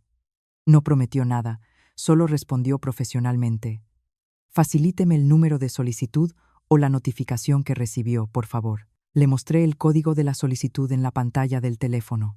Comprobó algo en el sistema y luego me miró con más atención, como si empezara a entender que no era un simple malentendido. Dijo lentamente: la solicitud existe. Incluye el consentimiento del cónyuge. Se me encogió el corazón, pero mantuve la calma. Muéstreme la firma. Cuando apareció el documento escaneado en la pantalla, vi una firma debajo de mi nombre. A primera vista, se parecía, tan parecida que un extraño probablemente habría asentido: sí, es la misma. Pero yo llevaba más de 10 años firmando con mi nombre. Conocía mi letra como mi propia respiración. Esa firma era una imitación esmerada, pero le faltaba uno de mis hábitos. El bucle de la letra E siempre lo hacía con un movimiento ligero y deslizante, mientras que aquí la línea era discontinua, como la de alguien que dibuja cada letra. La presión al final de mi firma siempre era más fuerte por mi forma de sujetar el bolígrafo, y aquí era uniformemente débil. La miré unos segundos más, y luego levanté la cabeza y dije con firmeza: esa no es mi firma. El gestor volvió a preguntar: ¿Estás segura? Asentí. Mi voz era firme como el acero. Segura. Y tengo pruebas. Pido que me faciliten la información sobre la fecha y hora de la firma de los documentos. Cuando me dijo la fecha y la hora, sentí un escalofrío, pero al mismo tiempo todo se aclaró. Ese día había tenido un viaje de trabajo interno. Tenía un registro de entrada y salida en el sistema de control de acceso. Abrí mi antiguo calendario de trabajo en el teléfono, encontré el correo de confirmación y fotos de ese evento. Puse todo sobre la mesa y dije con claridad: ese día, a esa hora, yo no estaba aquí. Tengo pruebas. El gestor les echó un vistazo y asintió. Su tono se volvió serio. Ya no decía: tranquilícese. Hablaba como alguien que entiende que el asunto puede llegar a los tribunales. No esperé. Hice dos cosas de inmediato, tal como lo había planeado desde la noche anterior. Primero, escribí una solicitud exigiendo el bloqueo temporal de todas las operaciones relacionadas con esa propiedad por sospecha de fraude y falsificación de firma, y pedí que se levantara un acta de recepción de la solicitud. No describí emociones, solo indiqué hechos. No firmé, no consentí. Solicito la suspensión del proceso y una investigación. Segundo, pedí una consulta con el departamento jurídico interno del banco para informarme sobre los siguientes pasos. No necesitaba su apoyo, necesitaba el procedimiento correcto, porque el procedimiento correcto no se puede eludir con palabras. Solo cuando tuve en mis manos una copia de mi solicitud con el sello del banco, sentí que mi corazón dejaba de latir tan frenéticamente. Salí del banco y me detuve en las escaleras. La mañana del 2 de enero era clara, pero tenía la garganta seca. Abrí el teléfono y le envié a Antonio un único mensaje, sin emociones, sin largas explicaciones. Solo una advertencia: tú sabes lo que has hecho con el piso. Tengo pruebas suficientes. No me obligues a llevar esto por la vía penal. Pulsé enviar, y la mano todavía me temblaba un poco. Pero esta vez no era de miedo, sino de la conciencia de que había emprendido el camino correcto. No pasaron ni 2 minutos cuando llamó Antonio. Su voz era ronca y apresurada, nada que ver con el tono amenazante que había usado el día 31. Elena, no armes un escándalo. Mamá dijo que era solo un préstamo temporal para celebrar el año nuevo. Después de las fiestas lo devolvemos. Al oír eso, me reí. Una risa baja, pero fría. Un préstamo temporal para el que hay que falsificar mi firma. Antonio se calló. Oí claramente cómo tragaba saliva. Luego susurró, casi suplicando: vuelve a casa, hablemos. No hagas esto. Respondí brevemente: si quieres hablar, habla de lo importante. ¿Quién firmó? ¿Quién trajo los documentos? ¿Quién presentó la solicitud? Antonio titubeó. Yo no sé, mamá dijo. Lo interrumpí. No sabes, pero me trajiste un acuerdo a casa y me obligaste a firmarlo. Deja de hacer teatro. Apenas colgué, me escribió una antigua compañera del banco. Solo una línea, pero encajó todas las piezas del rompecabezas. He oído a tu suegra presumir de que este año tendrían una mesa de lujo. Ha encargado un banquete y regalos por varios miles de euros. Dijo que había encontrado una fuente de financiación. Al leer eso, sentí un nudo en la garganta. Resulta que la fuente era yo. Cuando bloqueé la tarjeta, no redujeron sus apetitos, no renunciaron a las apariencias, simplemente pasaron a otra fuente más grande: el piso. La imagen se formó en mi cabeza, clara como una película en la que yo era la víctima de un engaño. Echarme a casa de mis padres para que no molestara. Traer a los parientes para tener una excusa para los gastos. Coger la tarjeta para gastar sin control. Cuando bloqueé la tarjeta, pasaron inmediatamente al plan B: hipotecar el piso. Todo esto no fue una decisión espontánea, todo fue un cálculo. Estaba de pie, mirando a la gente pasar por la calle, y sentí una extraña calma, porque cuando entiendes las reglas del juego, dejas de ser una víctima. Le envié a Antonio un último mensaje decisivo. Hoy, 2 de enero, por la tarde, vuelve a casa. Llama a tu madre y a los 3 parientes. Hablaré con todos una sola vez, con testigos. No esperé respuesta. Apagué la pantalla, respiré hondo y sonreí. Esta vez no era una sonrisa forzada de paciencia, sino la sonrisa de alguien que tiene todas las pruebas en sus manos. Y sabía que, en cuanto entrara en ese piso, alguien se derrumbaría. Volví a casa exactamente a la hora acordada, ni antes ni después. Quería que entendieran que ya no era una marioneta que se podía controlar con emociones. En cuanto se abrió la puerta, sentí el olor de la comida festiva. Pero el ambiente en el piso era gélido. En el salón estaban todos reunidos, como en un juicio preparado de antemano. Carmen estaba sentada en el centro del sofá, con la espalda recta y la barbilla alta, como una jueza presidenta. El tío Miguel, la tía Cata y Javier estaban sentados a los lados. Sus miradas estaban llenas de curiosidad y preocupación. Antonio estaba de pie detrás de su madre, con las manos entrelazadas. Su rostro estaba tenso como una cuerda. Acerqué una silla, me senté enfrente, puse la carpeta con los documentos sobre la mesa y al lado, el teléfono, con la pantalla hacia ellos, como un recordatorio. No había venido a escuchar insultos, había venido a hablar con hechos. Carmen fue la primera en hablar. Su voz estaba llena de moralina, pero se notaba la rabia. Has vuelto. Venga, activa la tarjeta. El crédito lo hemos pedido para las necesidades de esta familia. La miré y sin entrar en justificaciones, dije una frase. No he vuelto para activar la tarjeta. He vuelto para preguntar quién falsificó mi firma. Tras esa pregunta, reinó el silencio en la habitación por un segundo. La tía Cata se quedó paralizada con una taza en la mano. El tío Miguel frunció el ceño y Antonio se estremeció. Sus ojos se movían nerviosamente, como si le hubieran golpeado en un punto débil. El tío Miguel sonrió con desdén, intentando mostrar desprecio. La nuera se comporta como una inspectora de policía. Lo miré directamente a los ojos. Mi voz no era alta, pero era afilada. No soy inspectora. Soy la propietaria y tengo derecho a saber quién me está metiendo en un pozo de deudas. Dicho esto, abrí la carpeta, saqué las copias de los documentos del banco y las puse sobre la mesa. Acerqué la hoja hacia ellos y señalando la firma en la casilla de consentimiento del cónyuge, dije lenta y claramente: «Esa no es mi firma». Antonio saltó de inmediato. Su voz estaba llena de pánico. Intentó detenerme. «Elena, no digas tonterías». Ni siquiera lo miré. Le pregunté directamente, como en un interrogatorio: «¿Cuándo firmaste esto? ¿Dónde? ¿Quién fue testigo?» Antonio titubeó, abrió la boca y la volvió a cerrar. El comportamiento típico de alguien acostumbrado a eludir responsabilidades. Carmen se lanzó enseguida a defender a su hijo. Su voz se volvió cortante. «Firmó por ti.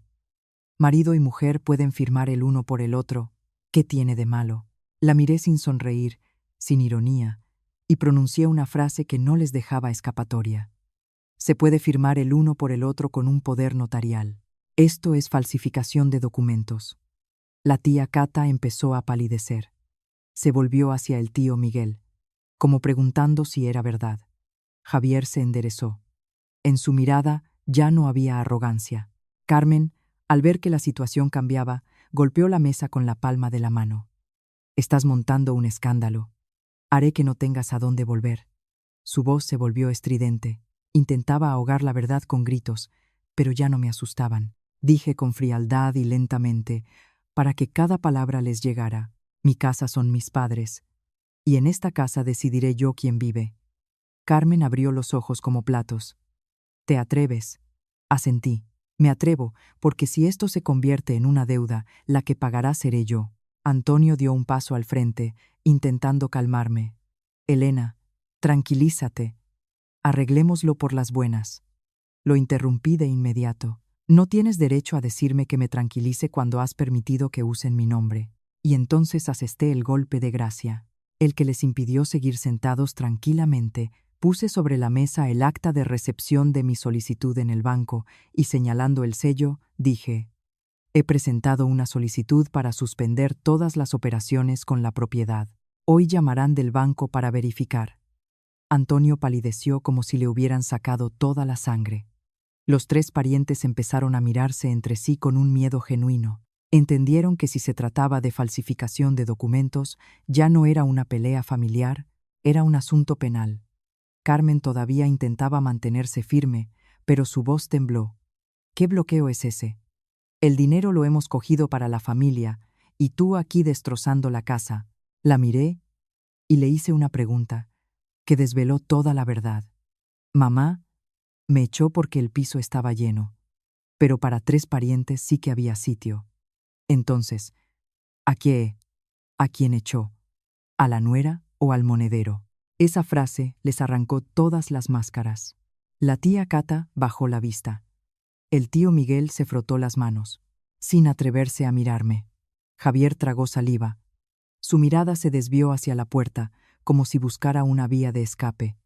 El aire en la habitación se volvió denso. Carmen apretó los labios. Se le movían las mandíbulas. Antonio estaba inmóvil, como atado.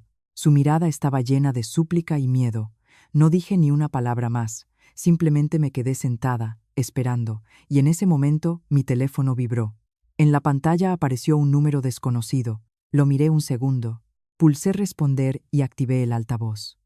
La voz al otro lado sonó clara y profesional. «Elena Viktorovna, le llama el Departamento de Seguridad del banco. Confirme, por favor. ¿La firma en la solicitud de crédito fue puesta por usted personalmente?» Toda la habitación se quedó helada. Carmen abrió la boca, pero no emitió ningún sonido. Antonio se quedó petrificado. Su rostro se volvió blanco como el papel. Los 3 parientes contuvieron la respiración. Sus miradas estaban llenas de pánico. Los miré a todos, luego a los documentos que tenía delante, y mi voz sonó tranquila y fría. No, no la firmé. En cuanto pronuncié por el teléfono, no, no la firmé. Se hizo un silencio de un segundo al otro lado de la línea. Luego, la voz del empleado del banco sonó clara y decidida. Entendido. Hemos registrado su respuesta. Por favor, esté preparada para colaborar con nosotros en la elaboración de un acta por sospecha de falsificación de firmas y para llevar a cabo una investigación posterior. Respondí sin demora. Estoy de acuerdo. Exijo que se elabore el acta de inmediato y se suspendan todas las operaciones con mi propiedad. Después de estas palabras, fue como si hubieran extraído todo el aire de la habitación. Hay cosas que, mientras se mantienen en el nivel de una disputa familiar, todavía se pueden intentar ocultar, pero en cuanto se convierten en un acta y una sospecha de falsificación, cualquier grito se convierte en un ruido sin sentido. Antonio, instintivamente, se abalanzó hacia adelante, intentando arrebatarme el teléfono, como si quisiera cancelarlo todo antes de que fuera demasiado tarde. Retrocedí un paso, sujetando firmemente el aparato, y mirándolo a los ojos, dije con un tono gélido: «Si tocas el teléfono, será un delito más». Antonio se quedó paralizado, su mano quedó suspendida en el aire. Parecía un hombre que acababa de darse cuenta de que todas las vías de escape estaban cortadas. Carmen, pasando de la palidez al color púrpura, se volvió hacia Antonio y descargó toda su furia sobre él. «¿Cómo has permitido esto? Te dije que lo hicieras todo discretamente». Esa frase, hacerlo discretamente, dejó claro a todos que no consideraban su acto incorrecto. Solo consideraban un error que los hubieran pillado. Antonio explotó por primera vez, pero fue la explosión de un hombre débil, una explosión para huir de la responsabilidad. Se volvió hacia mí y rugió: «Todo esto es por tu culpa. Bloqueaste la tarjeta. Por eso empezó todo. Si la hubieras activado, nada de esto habría pasado». Ahora, lo miré directamente a los ojos, sin dejarle escapar. «No me eches la culpa a mí. Tú falsificaste mi firma. Tú montaste este desastre». Antonio quiso replicar, pero las palabras se le atascaron en la garganta. Sabía que yo tenía razón, y los 3 parientes, sentados allí, ya lo miraban con otros ojos. Los ojos de quienes temen acabar en el mismo pozo que él. Carmen, al ver a su hijo acorralado, cambió inmediatamente de táctica a la de víctima y amenaza.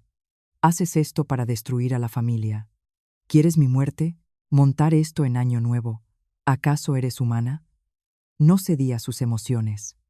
Abrí en el teléfono la grabación de audio del 30 y 1 de diciembre y la puse a todo volumen en el salón. La voz de Carmen, estridente y clara, llenó la habitación. «La tarjeta está bloqueada. Estamos en el supermercado. Qué vergüenza para toda la vida.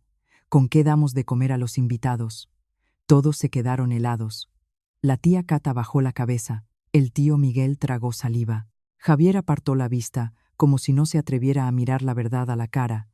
Apagué la grabación y dije lentamente, dejando caer cada palabra como un martillo. Esa es la razón por la que pidieron el crédito. No para la familia, para el banquete. Carmen abrió la boca para volver a gritar, pero las palabras se le atascaron en la garganta. Su reputación, que tanto se había esforzado en mantener, acababa de ser desenmascarada por su propia voz. La tía Cata, en ese momento, se asustó de verdad. Se llevó las manos a la cabeza, su voz temblaba. Basta ya, basta. Es año nuevo, no metáis a la policía. Sois familia, arreglaos de alguna manera. El tío Miguel también murmuró, intentando distanciarse. Pensábamos que veníamos de fiesta, y nos encontramos con esto de los papeles. Javier estaba sentado inmóvil, como una estatua. Su mirada estaba fija en la puerta. Era obvio que quería desaparecer lo antes posible. Los miré. Mi voz era firme. Yo no estoy metiendo a nadie. Simplemente actúo según la ley. Quien la ha infringido, que responda. No lo dije para asustar, sino para romper su costumbre. Si ven que alguien tiene miedo, presiona. Volvió a cambiar de máscara. Se llevó la mano al corazón. Su voz se volvió ahogada, como si estuviera a punto de llorar. Hice todo esto para salvar la reputación de nuestra familia. ¿Alguien ha pensado en mí? Han venido invitados. ¿Qué se suponía que hiciera? ¿Darles mortadela barata para que nos despreciaran? La miré sin sonreír y pronuncié una frase corta que la dejó paralizada. La reputación no se compra con el dinero de la nuera. Carmen se quedó helada. Sus ojos me miraban con odio, pero esta vez, esa mirada no me asustó. Comprendí que para ella la reputación era más importante que la verdad, y por eso estaba dispuesta a todo. Mi teléfono vibró de nuevo. Llegó un mensaje del banco, una notificación con la fecha y hora de la cita para la verificación de la firma al día siguiente. Dejé el teléfono sobre la mesa, con la pantalla hacia arriba, para que todos lo vieran. Antonio, al verlo, entró en pánico de verdad. Se acercó a mí. Su voz se quebró. «Cancélalo, Elena. Te lo pido, te lo suplico». Lo miré tan tranquilamente que se quedó atónito. «Tendrás que suplicárselo a la ley, Antonio». Al oír eso, Carmen gritó, «Te has vuelto una fiera. ¿Quieres acorralarnos?». Respondí marcando cada palabra. «Os habéis acorralado vosotros solos, no yo». El ambiente en la habitación ya no era simplemente una pelea, era una desintegración.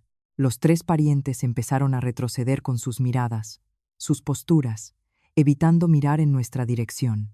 Ya no defendían a Carmen como en la casa de mis padres. Olieron el aroma de problemas reales. Y en ese momento, miré directamente a Antonio y pronuncié la última frase, la que puso el punto final. Sin gritos. «Elegiste estar a la espalda de tu madre. Ahora también estarás a la espalda de las consecuencias». Antonio se quedó paralizado. Carmen también, porque por primera vez en sus vidas entendieron que aquella a quien llamaban de fuera ya no se dejaría utilizar. La mañana del 3 de enero, fui al banco a la hora acordada. En la calle hacía un frío navideño, pero había sol. No fui sola. Me acompañó mi padre. Se puso su viejo abrigo marrón. Caminaba despacio, pero con la espalda recta. Apenas dijo nada, simplemente estuvo a mi lado, como un ancla.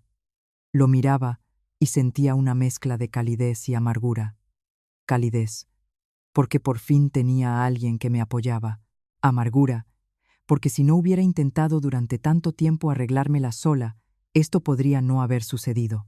Nos llevaron al despacho de un abogado. El ambiente allí era completamente diferente al de las discusiones en casa. Aquí todo se resolvía con papeles, sellos y procedimientos. Presenté los documentos originales y volví a exponer la situación. No firmé. Sospecho de falsificación. Exijo la suspensión de todas las operaciones. El abogado asintió y dijo brevemente: «Hemos recibido su solicitud. Hoy la hemos invitado para verificar algunos materiales adicionales adjuntos a la solicitud». La expresión materiales adicionales hizo que se me encogiera el corazón de nuevo. Sabía que la trampa de Carmen no se limitaba a una sola firma. Abrió una carpeta, pasó varias páginas y me acercó la copia de un documento que nunca había visto en mi vida. En la portada ponía: Acuerdo de reparto de bienes, anexo al contrato de crédito. Me quedé mirando mi nombre y apellido, el nombre de Antonio. Pero lo que me heló la sangre fue que no tenía ni idea de qué era ese documento. Leí rápidamente algunas líneas y mi vista se detuvo en el punto sobre el origen de los fondos para la compra del piso. Y en ese momento, algo hizo clic en mi cabeza. Recordé el día de la entrega de llaves. Recordé cómo mis padres me habían transferido una suma muy importante, diciendo: «Esto es para que te sientas segura», y me pidieron que guardara todos los documentos. Les hice caso, pero no entendí la profundidad de sus palabras. El abogado dijo lenta y claramente: «En el expediente consta este documento, en el que se indica que una parte significativa de los fondos para la compra del piso procedía de su familia. Confírmelo, por favor». Levanté la vista hacia mi padre. No apartó la mirada. Suspiró y dijo con mucha calma: «Sí, es verdad. Nosotros aportamos la mayor parte». Me volví hacia él. Se me hizo un nudo en la garganta. «Papá, ¿por qué no lo sabía?». Mi padre me miró con amor y dolor en los ojos. «Te queremos, hija, por eso nos cubrimos las espaldas. Lástima que tuviéramos razón».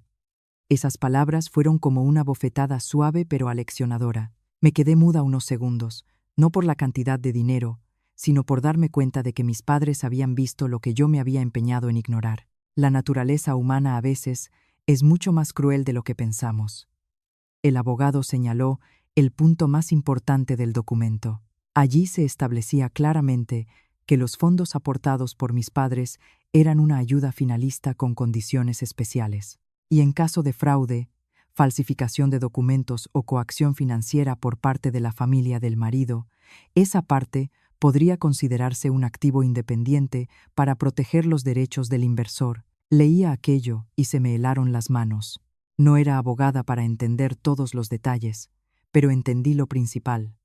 Mis padres me habían preparado hacía mucho tiempo un colchón de seguridad, uno del que Carmen y Antonio ni siquiera sospechaban. El abogado me miró y concluyó con voz monótona: «Basándonos en las pruebas que ha aportado y en la verificación de las firmas, en esta fase registramos indicios de una posible falsificación. El procesamiento de la solicitud de crédito se suspenderá para llevar a cabo una investigación de acuerdo con el reglamento».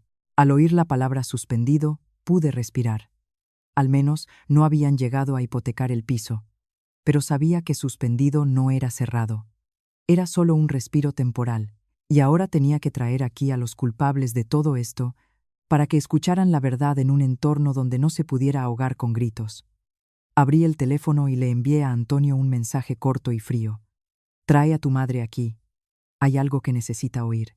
No le di explicaciones, no discutí. Sabía que cuanto más explicara, más tiempo tendría él para inventar una excusa. No pasaron ni 10 minutos cuando llamó Antonio. Su voz era baja y temblorosa. «Elena, ¿dónde estás?».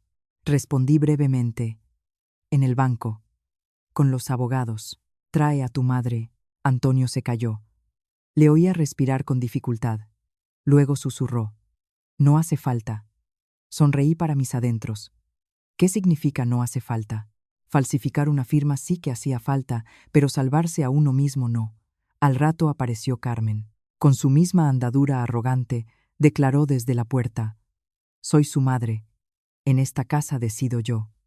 Pero aquí no había escenario para su teatro. El abogado pronunció una sola frase en voz baja que la puso en su sitio: «Señora, estamos hablando de una operación financiera.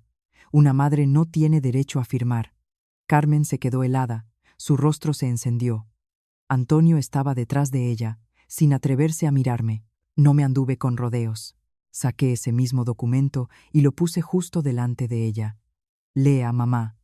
Carmen lo arrebató, empezó a hojearlo, y a medida que leía, su rostro palidecía. Le temblaban las manos. Ya no tenían esa seguridad con la que me señalaba con el dedo en la casa del pueblo. Miré a Antonio y, muy bajo, pero con sarcasmo, le pregunté: «¿No decías que esta era tu casa?». Carmen se volvió hacia Antonio. Su mirada estaba llena de furia. ¿No me dijiste que esta era tu casa? Antonio se quedó mudo. Así se queda quien ha presumido durante mucho tiempo, y ahora la verdad le golpea en la cara. Me levanté, y mirando directamente a Carmen, sin gritos ni insultos, dije lentamente, dejando caer cada palabra sobre el frío suelo de baldosas. Mamá, usted me echó de mi casa, pero se le olvidó una cosa. El derecho a echarme no lo tenía usted. Creí que después de la visita al banco, Carmen lo entendería todo y se detendría, pero subestimé su amor propio herido, mezclado con la codicia. No pensaba rendirse. Apenas salimos del banco, me lanzó una mirada larga y llena de odio, y volviéndose hacia Antonio, dijo en voz baja, pero de forma que yo la oyera, «En casa le voy a enseñar lo que es el infierno». No respondí, solo apreté más fuerte la carpeta con los documentos, sintiendo como si sostuviera un delgado escudo ante un aguacero. Mi padre caminaba a mi lado, lento pero firme. No me aconsejó que retrocediera, pero tampoco me empujó a seguir. Simplemente estaba ahí, como un recordatorio. Tienes a tu familia detrás. No tengas miedo. Ese mismo día, mientras estaba en casa de mis padres, volvió a sonar el teléfono. Esta vez no eran las llamadas de pánico del 30 y 1 de diciembre, sino un mensaje en el grupo de WhatsApp de los vecinos de nuestro edificio. Alguien escribió: «Vecinos, ¿alguien sabe por qué hay tanto ruido en el piso de los N? Dicen algo de una ingratitud». Y un par de minutos después, otro: «He oído que la nuera se ha escapado de casa. Ha bloqueado la tarjeta. La suegra ahora está sufriendo». Leía aquello, y se me hizo un nudo en la garganta. Carmen había pasado a su última arma, la calumnia. Al no poder ganar con documentos, decidió ganar con rumores. Quería pintarme como un monstruo ante los vecinos, para que me avergonzara y volviera, activara la tarjeta, me disculpara y lo aceptara todo. Entendí su juego. No le importaba la verdad, le importaba la opinión pública. Antes de que pudiera hacer nada, me escribió una vecina por mensaje privado: «Elena, hay gente reunida en tu puerta. Parece que son tu suegra y unos parientes. Están gritando en todo el rellano». Apagué el teléfono y me levanté de inmediato. Mi madre preguntó asustada: «¿A dónde vas?». Respondí brevemente: «Tengo que ir a casa». «No te preocupes, mamá. Tengo los documentos». Mi padre no hizo preguntas. Simplemente se levantó y se puso el abrigo. «Voy contigo», asentí. Esta vez no iba sola. Cuando llegamos, todo era exactamente como esperaba. Delante de la puerta de mi piso estaban Carmen, Antonio y los 3 parientes. Estaban allí como si hubieran tomado una plaza fuerte y contaban a gritos su versión de los hechos a todo el rellano. Al verme salir del ascensor, Carmen me señaló con el dedo. «Ahí está. Se escapó con sus padres. Montó un escándalo en el banco. Quiere echar a su suegra a la calle». El tío Miguel y la tía Cata asintieron de inmediato. Hacer eso en Año Nuevo es simplemente inhumano. Javier sonrió con suficiencia y dijo, como resumiendo: «Querrá echarla, pero no podrá. En el piso ya vive gente». Esa frase, aunque sonaba amenazante, delató sus verdaderas intenciones. Habían venido para ocupar el piso, presionar y hacer que no pudiera desalojarlos de mi propia casa. No discutí, no me justifiqué ante la multitud. Comprendí que cuanto más hablara, más escenario le proporcionaría a Carmen para su teatro. Simplemente abrí la carpeta, saqué el acta del banco sobre la sospecha de falsificación de firma, las notificaciones de suspensión de operaciones y marqué el número de la comunidad de propietarios. Dije con claridad y decisión: «Buenos días. Soy la propietaria del piso número N. En este momento, un grupo de personas se ha reunido en mi puerta, alterando el orden público. Tengo motivos para creer que residen en el piso sin estar empadronados. Solicito su ayuda». Colgué y envié de inmediato fotos de los documentos al canal oficial de la comunidad, que tenía guardado. Carmen, al ver que no discutía sino que llamaba a servicios, se puso nerviosa. «Otra vez con tus trucos». La miré con calma. «No hago trucos, actúo según las normas». No pasaron ni 15 minutos cuando llegó el personal de seguridad de la comunidad. Fueron educados, pero estrictos. El responsable preguntó: «¿Quién vive aquí? ¿Tienen empadronamiento?». Los tres parientes se desconcertaron al instante. La tía Cata murmuró: «Nosotros hemos venido para Año Nuevo». El de seguridad continuó: «Incluso si es por Año Nuevo, si la estancia supera unos días se requiere un empadronamiento temporal. ¿Tienen documentos?». El tío Miguel miró a su alrededor. Su cara se enrojeció de vergüenza. Javier empezó a retroceder lentamente. Carmen intentó intervenir. «Pero si son familia, ¿qué empadronamiento?». Pero el de seguridad se mantuvo firme. «Las normas son las normas. Por favor, colaboren». Yo estaba a su lado, en silencio, dejando que la verdad hiciera su trabajo. Los vecinos, que observaban la escena, empezaron a entender que no todo era tan simple como contaba Carmen. Ya no era la historia de una nuera fugitiva, sino de un grupo de personas montando un escándalo. Carmen, al ver que su guión se desmoronaba, se volvió hacia Antonio con una mirada furiosa. En ese momento, Antonio se asustó de verdad. Me llevó a un lado. Su voz se quebró. Ya no había amenazas. «Elena, perdóname esta vez. Mamá ya es mayor. No lleves las cosas a mayores». Lo miré directamente a los ojos y pronuncié una frase corta y fría: «La edad no es una licencia para la maldad». Antonio tembló. «Pero si llevas esto hasta el final, lo perderé todo». Le pregunté de inmediato, sin gritar, pero con dureza: «¿Lo perderás todo por culpa de quién?». Antonio bajó la cabeza, y en ese momento, como un náufrago que se ve obligado a decir la verdad, soltó su confesión. Se había metido en grandes deudas intentando enriquecerse rápidamente, había avalado a un amigo y caído en una estafa financiera. No se atrevió a decírmelo y permitió que su madre llevara el juego, llegando al punto de falsificar mi firma para conseguir dinero y tapar sus agujeros. Lo miraba y no gritaba, solo le hice una pregunta que lo dejó helado. «¿Y pensabas pagar tus deudas con nuestro piso entero?». Antonio no pudo responder. Carmen, al oír fragmentos de la conversación, se enfureció. Se abalanzó sobre Antonio con insultos, delante del personal de seguridad y los vecinos. «Idiota, me has avergonzado. Te dije que consiguieras dinero, no que me pusieras en ridículo».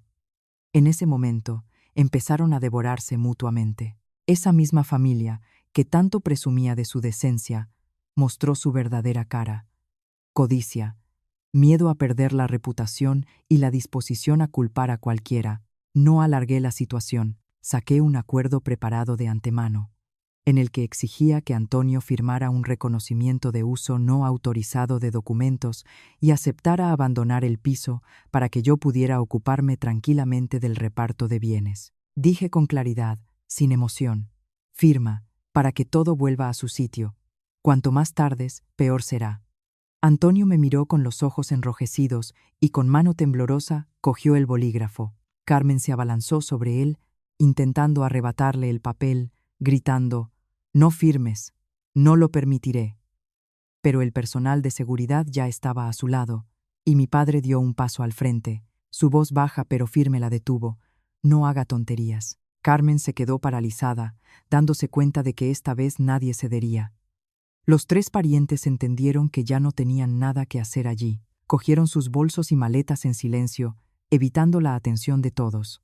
Al irse, la tía Cata le dijo en voz baja a Carmen, con miedo y vergüenza: «Bueno, Carmen, nosotros nos vamos ya». El tío Miguel asintió, sin atreverse a levantar la vista. Javier casi corría. Solo quedó Carmen, de pie en medio del pasillo, con el rostro ceniciento y los labios temblorosos. Esa misma reputación que había construido toda su vida acababa de hacerse añicos por su propia codicia. Y en ese momento, al mirarla, no sentí regodeo, solo el vacío frío de alguien que se ha abocado a la soledad más absoluta por sus propias manos. Después de Año Nuevo, no monté escándalos ni hice declaraciones grandilocuentes. Simplemente, en silencio, hice mi trabajo, paso a paso, como quien desata un nudo que la ha estado ahogando durante demasiado tiempo. Llevé el asunto del banco hasta el final, completando todos los procedimientos para el reparto de bienes basado en las inversiones de mi familia. Anulé todas las tarjetas adicionales y los dudosos poderes. Ya no permití que nadie, amparándose en la palabra familia, tocara mi dinero. Al mismo tiempo, inicié el proceso de divorcio, tratando de que fuera lo más rápido e indoloro posible. No por odio, sino por entender que algunas relaciones se han podrido hasta los cimientos, e intentar salvarlas solo prolonga el dolor. Antonio me llamó muchas veces. En su voz ya no había amenazas ni chantaje. Era ronca y cansada, como la de alguien que no ha dormido en muchas noches. Estaba equivocado. Pensé que si escuchaba a mi madre, habría paz en casa. Lo escuchaba y no sentía ninguna tormenta en mi interior. Respondí con calma, sin amargura ni reproche. Escuchabas a tu madre mientras humillabas a tu mujer. Al otro lado de la línea se hizo un largo silencio. Quizás Antonio entendió por primera vez que su postura de no tomar partido era en sí misma una elección, y había elegido el lado equivocado. Pero una revelación tardía no hace retroceder el tiempo. También llamó Carmen. Su voz era completamente diferente, no el grito estridente que había oído en la casa del pueblo. Hablaba despacio, intentando parecer suave. Tengo mal genio. En plenas fiestas, no pensé. La escuchaba y ya no me enfadaba, simplemente lo veía todo claro. No discutí, no enumeré sus pecados, ni le recordé cada una de sus palabras. Solo pronuncié una frase, tranquilamente, como una constatación. Sí que pensó mamá. Lo calculó todo. Al otro lado de la línea, se calló. Seguramente no estaba acostumbrada a que la miraran directamente al alma. Estaba acostumbrada a que la gente cediera, aguantara, permitiéndole creer que actuaba por el bien de la familia. Pero esta vez no había nadie que cediera. Puse el piso en orden. Por primera vez en muchos años, entré en el salón y no oí órdenes, reproches, decisiones ajenas. El piso ya no estaba lleno de gente ni de ruido. Pero, cosa extraña, me pareció más espacioso porque había desaparecido la sensación de ser una invitada en la casa por la que había pagado. Cambié las cortinas, moví los muebles, tiré todo lo innecesario. Al tocar cada cosa, me preguntaba, ¿guardo esto porque lo necesito o por costumbre? Y me di cuenta de que guardaba muchas cosas, solo por miedo a la opinión de los demás. Ahora ya no tenía miedo. Empecé a visitar a mis padres más a menudo. Una tarde, sentada en el porche de la casa del pueblo, me disculpé con ellos por el escándalo de Nochevieja. Le dije a mi madre, perdón por no haberme dado cuenta de todo antes. Mi madre solo me acarició la mano y dijo, tan cariñosamente, como siempre, no tienes la culpa de haber confiado. Lo importante es abrir los ojos a tiempo, cuando descubres la verdad. Esas palabras me quitaron un gran peso de encima. Me culpaba por mi estupidez, por mi ceguera. Pero resultó que confiar en quien amas no es un delito. Lo importante es si tienes el valor de detenerte cuando la verdad se revela. A veces, por las noches, abría el teléfono y miraba la lista de llamadas perdidas del 30 y 1 de diciembre. Una lista larga, interminable. En su momento, cada llamada era como un pinchazo de aguja, pero ahora la miraba sin rabia. Solo sentía compasión por la persona que había sido hace unos años. Una mujer que intentaba salvar una casa con paciencia, cuando esa casa nunca quiso retenerla. Me daba pena cómo me convencía a mí misma de que entenderían, de que cambiarían. Resultó que lo terrible de la vida no es que otras personas sean malas, lo terrible es cuando sigues creyendo que cambiarán, aunque todas las señales digan lo contrario. Cuento esta historia no para presumir de mi fuerza y, desde luego, no para sermonear a nadie. Detenerse no significa perder. Detenerse es una forma de evitar que te arrastren al fondo. Decidí detenerme no para vengarme ni para demostrar que tenía razón. Me detuve para salvarme a mí misma, para que mis padres no tuvieran que avergonzarse de mí, para que el dinero que ganaba dejara de ser considerado mi obligación incondicional. Sobre el karma en esta historia, no hace falta hablar mucho. Carmen perdió aquello con lo que solía controlar a la gente, el poder asociado al dinero. Antonio perdió una familia no porque yo fuera demasiado dura, sino porque tomó muchas veces la decisión equivocada y guardó silencio cuando debía hablar. Los 3 parientes también perdieron la reputación porque vinieron a pasar el año nuevo con codicia, sin pensar en las consecuencias. Y yo no perdí ni la casa ni el dinero, solo perdí una ilusión. que si aguantas lo suficiente, los demás empezarán a valorarte más. Esa Nochevieja no tuve una mesa grandiosa ni una compañía ruidosa, pero tuve algo más importante: paz en el alma. Y comprendí que perder una ilusión no es una pérdida. Y si tuviera que elegir de nuevo, haría exactamente lo mismo, porque hay cosas que, si las retienes, solo te rompen. Y soltarlas, aunque duela, es la única forma de volver a ponerse en pie.